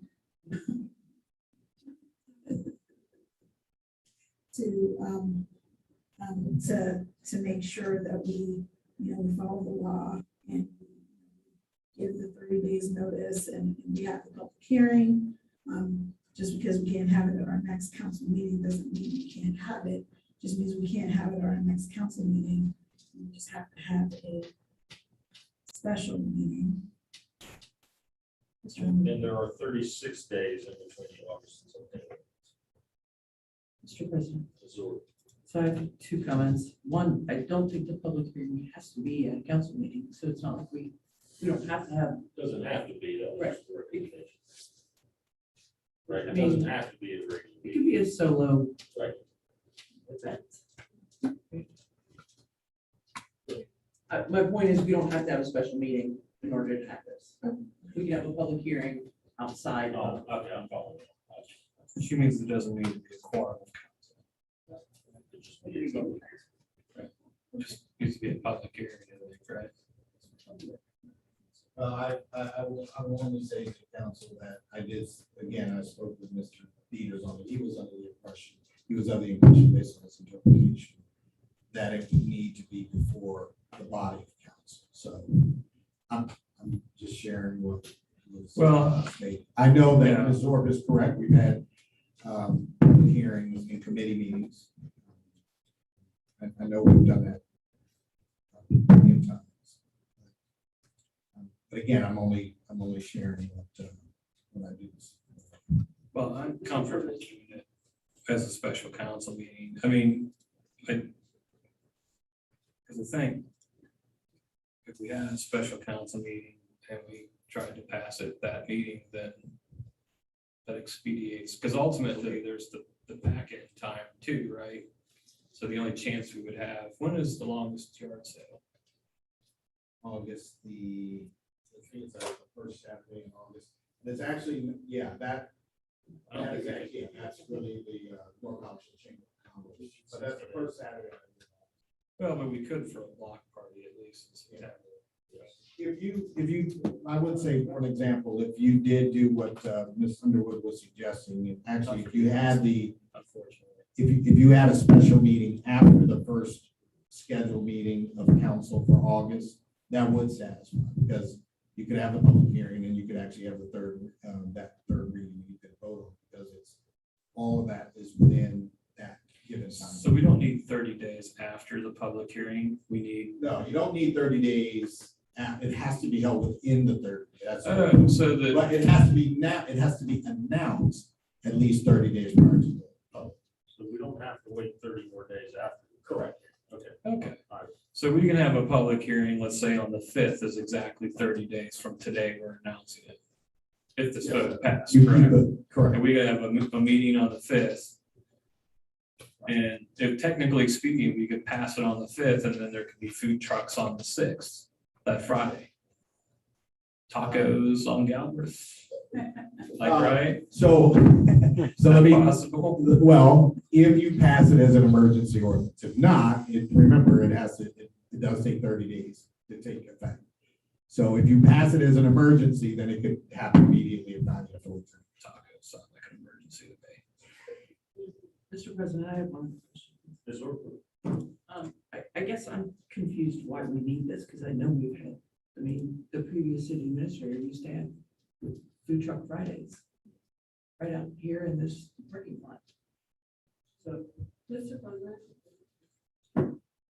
we had food truck Fridays. It was the fundraiser that she was using to put the roof on the city center. I ate a couple of food trucks out in this parking lot. Yeah, I have also. So I guess I'm confused. She wasn't supposed to have those. Mr. President. Ms. Anderson. Sorry, yeah, I think it's more of like a legal, it was done and now we've noticed that it's been done. It's more of a, hey, let's clean it up and let's do some things legally. I feel like that's something you would. No, we want to Come on, let's do something legal. Crazy talk. All right, Trying to so do everything by the law. So. we have a motion on the floor. To suspend the second and third readings of resolution 18 by Mr. Miller Novak, second by Ms. Underwood. Ms. Duxey, Yes. Ms. Blythe, Yes. Ms. Underwood, Yes. Mr. Miller Novak, Yes. Ms. Zorb, Yes. Ms. Hartman, Yes. Ms. Anderson. Yes. Motion to suspend passes 7-0. Top goals it is. Happy Tuesdays. All right, thank you. You might want to vote. Well, we can't. Then why don't we just suspend reading? we suspended readings to like have it. We have to announce a public hearing. So we have to pass. Still need to vote on ordinance 4. Yeah. That's, This was resolution 18 that was over here.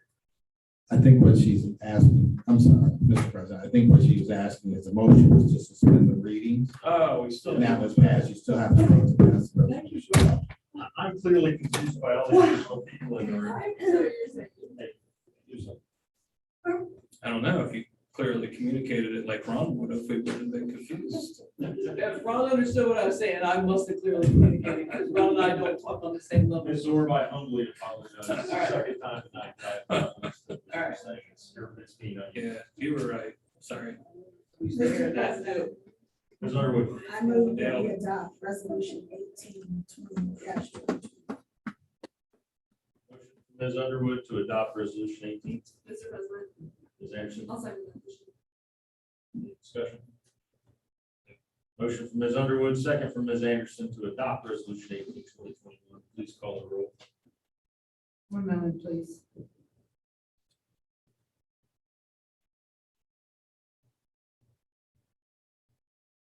Ms. Jukestein, Yes. Ms. Wright, Yes. Ms. Underwood, Yes. Mr. Millon, Yes. Ms. Orb, Yes. Ms. Hartman, Yes. Ms. Anderson. Yes. Motion to adopt passes 7-0. Thank you.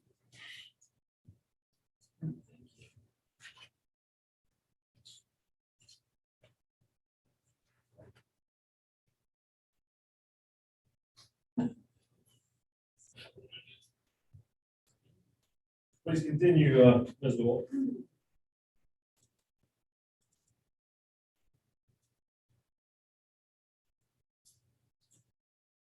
We have a first reading on resolution 19.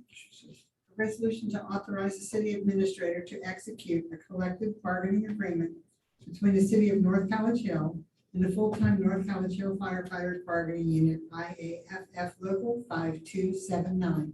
Mr. President, Ms. Underwood, I move that we suspend the second and third reading for resolution 19.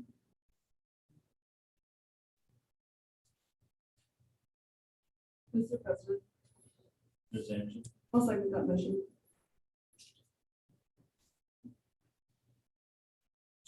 motion from Ms. Underwood, second from Ms. Anderson, discussion. Mr. President. Ms. Orb. I thought we were going into executive session to discuss this tonight. Did I miss an email somewhere? I just an email, was not aware of executive session. It was, Did I miss an email? no, I'll back up. Mr. Mosby, when he said this to us, asked that we could have executive session, discuss it, because we just received this. Mr. President, This is new to us. Mr. Miller, I kind of understood that too. So I think, Mr. President, I'll withdraw my motion and make everything easy. That way we don't have to keep going. You can just go to executive session and discuss it. yeah, we could do that. I mean, do we want to do it now? Or do we want to go through the remainder of legislation? Yeah. What's that? Doesn't need to be on the agenda. No. No, I mean, I could do it right now. I mean, I can move to enter executive session at 121.22 G4 to discuss collective bargaining, negotiations with the collective bargaining unit. I will second that Can we motion. get the legislation first? Well, but here's the thing. I think we should do it now because if we finish the first reading, if someone wants to suspend the readings, I think it makes more sense to put a pin in legislation now, go talk about it. And if the folks who just motioned to suspend the reading still want to do so, now would be the time to do it. That's my, because if you finish the first reading, I would feel more comfortable. Second your motion. If you just made one. Mr. President, I have a few questions. So we have on the floor a suspension for second and third. No, that's been withdrawn. That's been withdrawn. And now we are motioning to go into executive session. Yes, ma'am.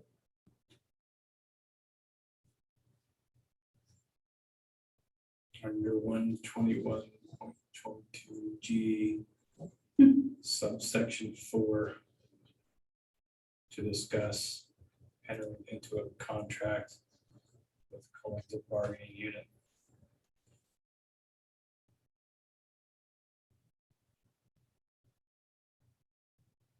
Okay, motion on the floor for Mr. Miller Novak to go to executive session to discuss this collective bargaining document with firefighters. Second by Ms. Underwood.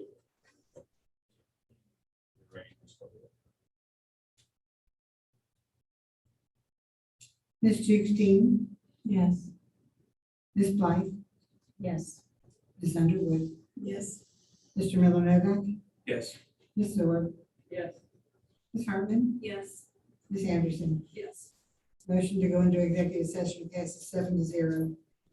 All right, we'll move into executive session.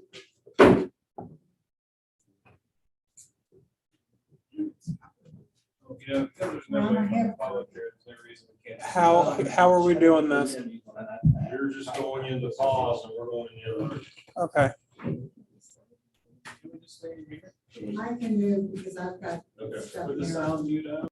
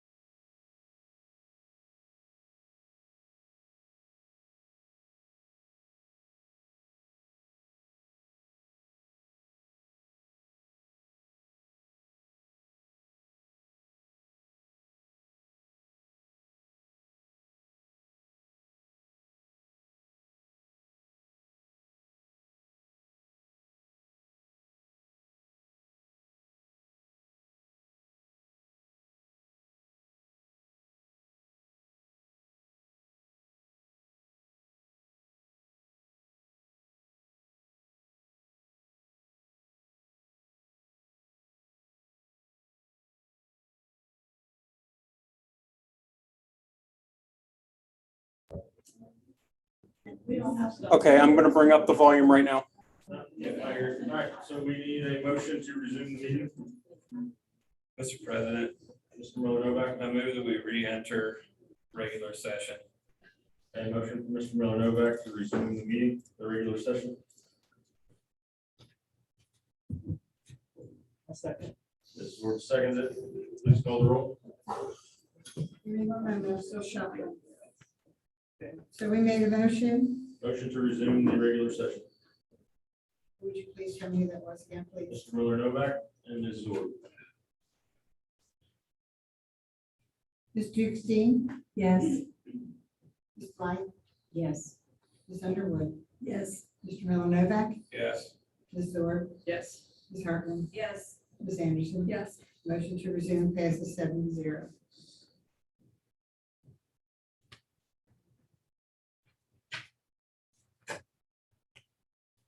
So we ended up with for executive session, we withdrew the suspension of the second and third. Where does that leave us with that resolution? Mr. President, Ms. Anderson, I move to suspend the second and third reading, resolution 1921. Mr. President, I'll second that motion. all right, motion from Ms. Anderson, second from Ms. Underwood to suspend second and third reading. Please call the roll. Ms. Jukestein, Yes. Ms. Blythe, Yes. Ms. Underwood, Yes. Mr. Miller Novak, Yes. Ms. Zord. No. Ms. Hartman, Yes. Ms. Anderson. Yes.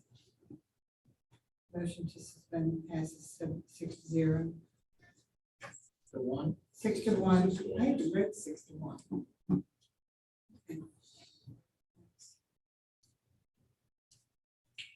Mr. President, I move the council adopts this resolution 19, resolution 19, giving Mr. Mosby the authority to enter into a collective bargaining agreement with the firefighters union. Mr. President, Ms. Anderson, I'll second that motion. all right, motion from Mr. Miller Novak, with a second from Ms. Anderson to adopt resolution 19/2021, allowing the administration to enter into a bargaining agreement with full-time firefighters. Please call the roll. Ms. Jukestein, Yes. Ms. Blythe, Yes. Ms. Underwood. Yes. Ms. just what's going on here? Mr. Miller Novak, Yes. Ms. Zord, Yes. Ms. Hartman, Yes. Ms. Anderson. Yes. Motion passes 7-0.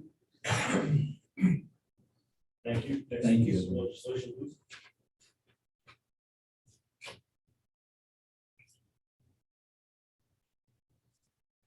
We have a first reading on ordinance 4, an ordinance to adopt the new charter 1169 of the North College Hill codified ordinances.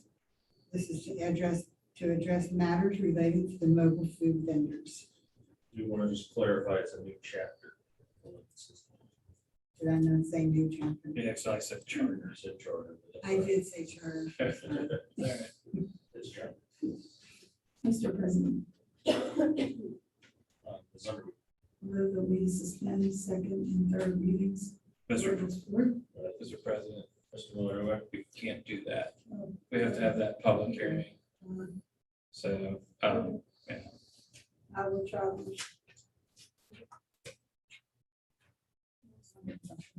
next legislation.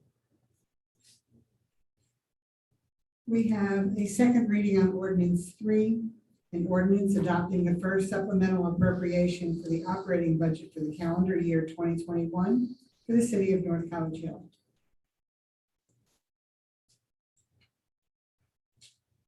We have a third reading on resolution 13, a resolution to decertify residential rental registration assessments to the county auditor for placement on the tax duplicate. Mr. President, Anderson, I'll motion to adopt resolution 13/2021, please. Mr. President. Ms. Underwood, Second. motion from Ms. Anderson, second from Ms. Underwood to adopt resolution 13 2021. Any discussion? Ms. Jukestein, Yes. Ms. Blythe, Yes. Ms. Underwood, Yes. Mr. Novak, Yes. Ms. Zord, Yes. Ms. Hartman, Yes. Ms. Anderson. Yes. Motion passes 7-0. We have a third reading on resolution 14. A resolution to certify commercial rental registration assessments to the county auditor for placement on the tax duplicate. Mr. President, Ms. Anderson, I'll motion to adopt resolution 14, 2021. Mr. President, Ms. Underwood, I'll second that motion. motion from Ms. Anderson, second from Ms. Underwood to adopt resolution 14-2021. Any discussion? Ms. Jukestein, Yes. Ms. Blythe, Yes. Ms. Underwood, Yes. Mr. Novak, Yes. Ms. Zord, Yes. Ms. Hartman, Yes. Ms. Anderson. Yes. Motion passes 7-0.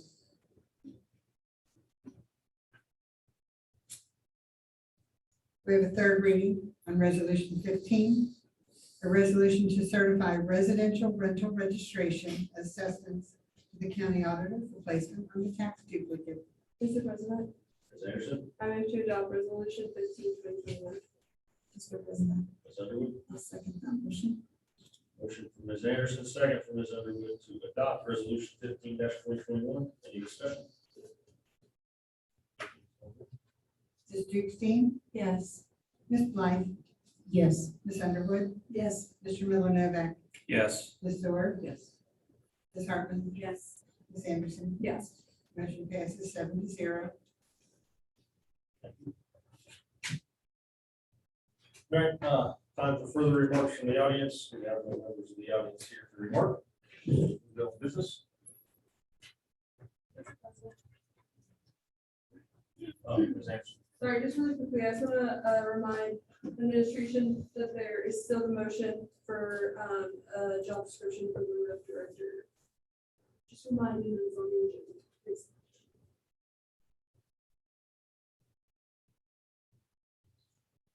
Any other old business?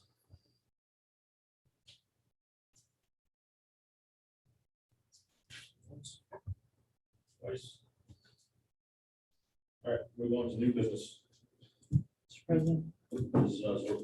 sorry. I'd just like to kind of hash out how we want to handle ICRC in the future. Yes, ma'am. Do we want to continue the live stream, or do we want to go back to the way we did long ago and far away pre-COVID? And we just did like it would be recorded.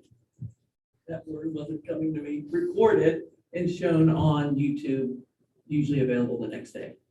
So I just kind of There's actually three Three, options, right. right? We discussed the fact that we could potentially continue like we are tonight. It would be the same thing we were using with our hybrid model, which would allow public attendance of citizens via Zoom. Or we could just and you cut, would be the gatekeeper of that. correct, or we Yes. could cut it and go strictly to a live stream. And all public participation would have to be in this room, or we could go back to the old model.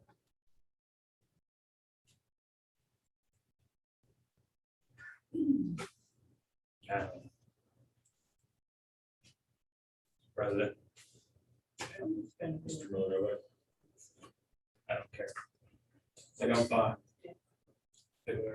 I mean, if it's, the only thing I would say, if the streaming and being here live is gonna cause continued technical problems, I'm probably not a fan of that. But if there's no financial difference and it's working, I think I would, because you're the one who handles ICRC, I would be more likely to just defer to your judgment, I guess, in terms of how it functions. The cost. What do you say?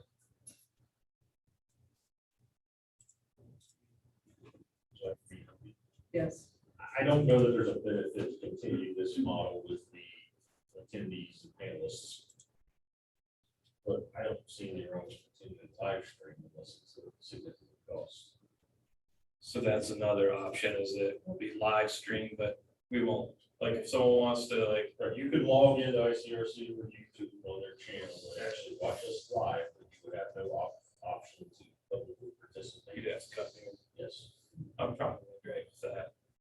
That's the option I would like. That makes sense. So, Is it still getting recorded? yes, it's still- So it gets live streamed, then it's recorded, but if anybody wants to address us, they come here. correct. And you're even on TV a couple of days. But if you like can't sleep at night, you might see yourself. Okay, I don't like all. Okay. So the final answer was So- live stream, no live audience participation. Yes. Thank you. Thank you. I was gonna bring that up, so that. Ms. Anderson. Really quick, so, I know that there's been some talk of horticultural participating in the National Night Out, which is where you have the police and the fire, come and kind of host like a touch a truck and then meet the staff and, really fun stuff for families and for residents and for outsiders on in horticulture, who just want to come. And I think that it's really important as council that we kind of back this idea and kind of push for it and kind of like nudge administration to get working on it, which they're doing, but kind of back them and working on it. Because I think that it's a perfect way to kind of get out the information that there is a fire levy coming up, and that it's going to be really important to vote on it. No matter how you're voting, it's going to be really important for people to know that it's there. And this is a great way for people to know that it's on the ballot by meeting the firefighters and by meeting the chief bells and by getting out to the community. So with that being said, I'd like to motion for administration to plan and for the city to host a national night out in partnering with the fire department and police department. Mr. President, Mr. Villeneuve. is this something that, it's not something that has like, a particular date or anything, right? So there is, so there are specific dates for like national nights out, I mean, we don't have to specifically like have it on that date. I know there have been talks between administration for what day works best for the city and what day works best for the different chiefs and what day works best for X, Y, and Z. So I know that there's been a lot of talk and discussion about it, but I don't want to say a specific date in case that date isn't going to work for it. So what's the national date? I mean, like, if we want other people to advertise for us, like, the news advertises National Night Out. Right. What is that national date? Because if we want all the free advertisement that goes along with it, we should probably try to make that date. No, work. I agree. August 3rd. That's, I think, the date that people are pushing for. And I know that there's some issues in other spaces where some other people want the date on a different date. So I don't know. I know that they're working on it. So do we want to motion then for it to be on August 3rd? Is that what you're suggesting? Mr. President. Mr. President, Mr. Villeneuve. Well, I'm just, because we're talking about doing a block party, I just wonder if it's something that could be, married in terms of, like, it would be later, obviously, because we're trying to, because it'll be our first one, I don't know how many activities and things like that, pull together in a short amount of time, so I might have Mr. President. to kind of do all that at the same time, and make it a deal. Mr. President. Ms. Blythe was first and then. Ms. All right. I was just wondering, what is the proposed location of the night out? Nobody proposed. Oh, okay. North Collegeville. Ms. Walton. That's That's Right. We have a meeting on the 2nd. That would be the 3rd. What would be in North College Hill? I'm trying to figure out like, what is the expected crowd or? we would have no way of knowing it's our first one, but I know in the past we've had the fire truck out just like right in front of the fire department, you know, on Galbraith where the city buildings are and things like that. So we did, it wasn't that long ago, maybe 2010-ish or 11, that the Recreation Commission, because I was on the commission at that point in time, so maybe it was like 9 or 10. We had kind of like a block party, and we used the front yard of the new middle school, and we kind of had that property, which kind of joined up with the city properties, and the fire truck was kind of out in the parking lot. Kids were playing. Life Spring Church brought like different activities and games, and so we used those like 3 abutting properties. In that area, kind of in front of the football field, kind of between the, yeah, okay, Yeah, gotcha. where the middle school is on Where they Galbraith, kind of connect. and Mayor's Court's there. That's what you meant. Yeah, so we kind of connected those properties, and, you know, more people fit because there's a parking lot there where the middle school is, and there was like grilling out and stuff like that, so. And that's kind of where the largest part of the art sale often kind of happens with congregation, so I would imagine we'd be doing the block party there. So everybody had an idea, like, you know, okay, that sounds good, thank you. Appreciate it. Yes, Ms. Anderson was first. Sorry, I don't, so would you want to motion for a specific date of August 3rd? Is that kind Your motion. Because if it is August 3rd, I could be wrong, but I think you can then have voter registration booths there, especially if we're trying to remove the fact that the levy's gonna be on the ballot. You gotta do voter registration. It's on August 3rd and not on the later date than we do that, but either way, I just want to make sure that council's backing up this choice and that it's kind of on record that we're backing up this choice for next 20 topics. I think it's a really important thing to hold back the idea that the levy's on the ballot. Mr. President, Ms. Anderson, what is your motion? Oh, I already mentioned it. It was, You want me to read it back to you? sure. For administration to plan and host a national night out and partner with the police and fire department, and then we were iffy on if we want to do August 3rd. So are we adding August 3rd to the motion? Mr. President, I mean, I think, again, I don't like making promises or deadlines that can't necessarily be met, so I'm not comfortable with imposing a date upon both of the chiefs and our administration. I think we just motion to try to plan it, whether or not it can happen on that day, or it does get paired up with a block party, whatever. Yeah, let's give him some breathing room. Look at Ron's face right now, and it looks like someone killed his cat. So, I mean, maybe we just say, plan it, do it, let's try to do it. Mr. President, I will second Ms. Anderson's motion. All right, there's a motion from Ms. Anderson, a second from Ms. Underwood. Please call the roll. Ms. Jukes Dean, Yes.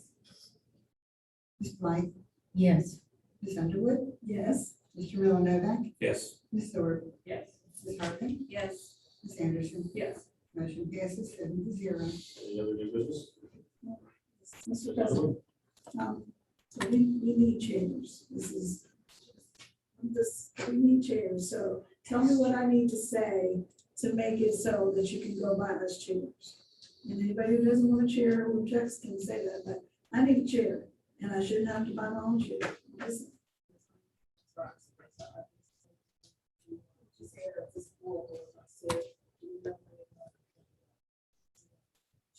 Okay. Well, Mr. Osby, can you please find out if we have money for chairs?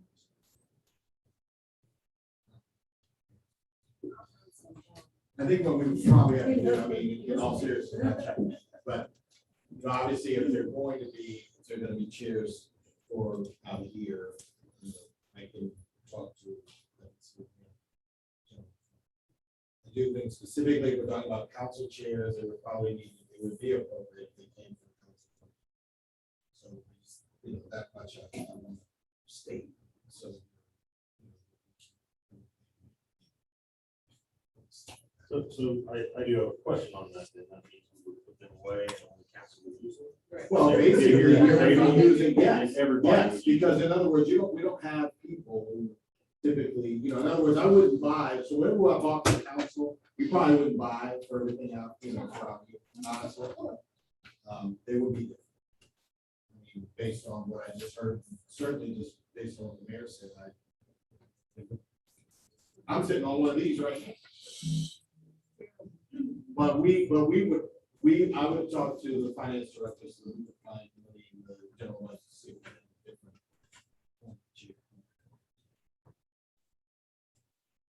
Any other new business? Mr. President, Ms. Zorba? so I want to make sure, so is Ms. Underwood, are you referring to council chairs or are you referring to audience chairs? I'm referring to council chairs, The not, chair is me. yeah, All right. not. Well, I just want to make sure because I heard Mr. Busby talking about buying those chairs. No, I'm talking about the fact Very that subtle, but one of those chairs down there doesn't have an arm. That's fine. you're the last man here. I'm You got not it. sitting in the trespass. Oh, right, and Yeah, and it was Ms. in Anderson, several different spots till these got here. Ms. Anderson doesn't even have a chair. Yeah, she was supposed to just stand up. Look at that, can share it for us. Right. Repeat this subject then. Yes. Any other Mr. new President. business? Mr. President, Ms. Anderson, did- I motion to adjourn. Mr. President, Ms. Zorba? I'll second that. All right, motion from Ms. Zorb to adjourn. Motion from Ms. Anderson to adjourn. Seconded by Ms. Zorb. Please call the roll. Ms. Jubstein, Yes. Ms. Blank, Yes. Ms. Underwood, Yes. Mr. Milanovic, Yeah. Ms. Zorb, Yes. Ms. Hartman, yes. Ms. Anderson. Yes. Motion passes 7-0. Thank you, everyone. This meeting is adjourned. Need signatures. I'm feeling.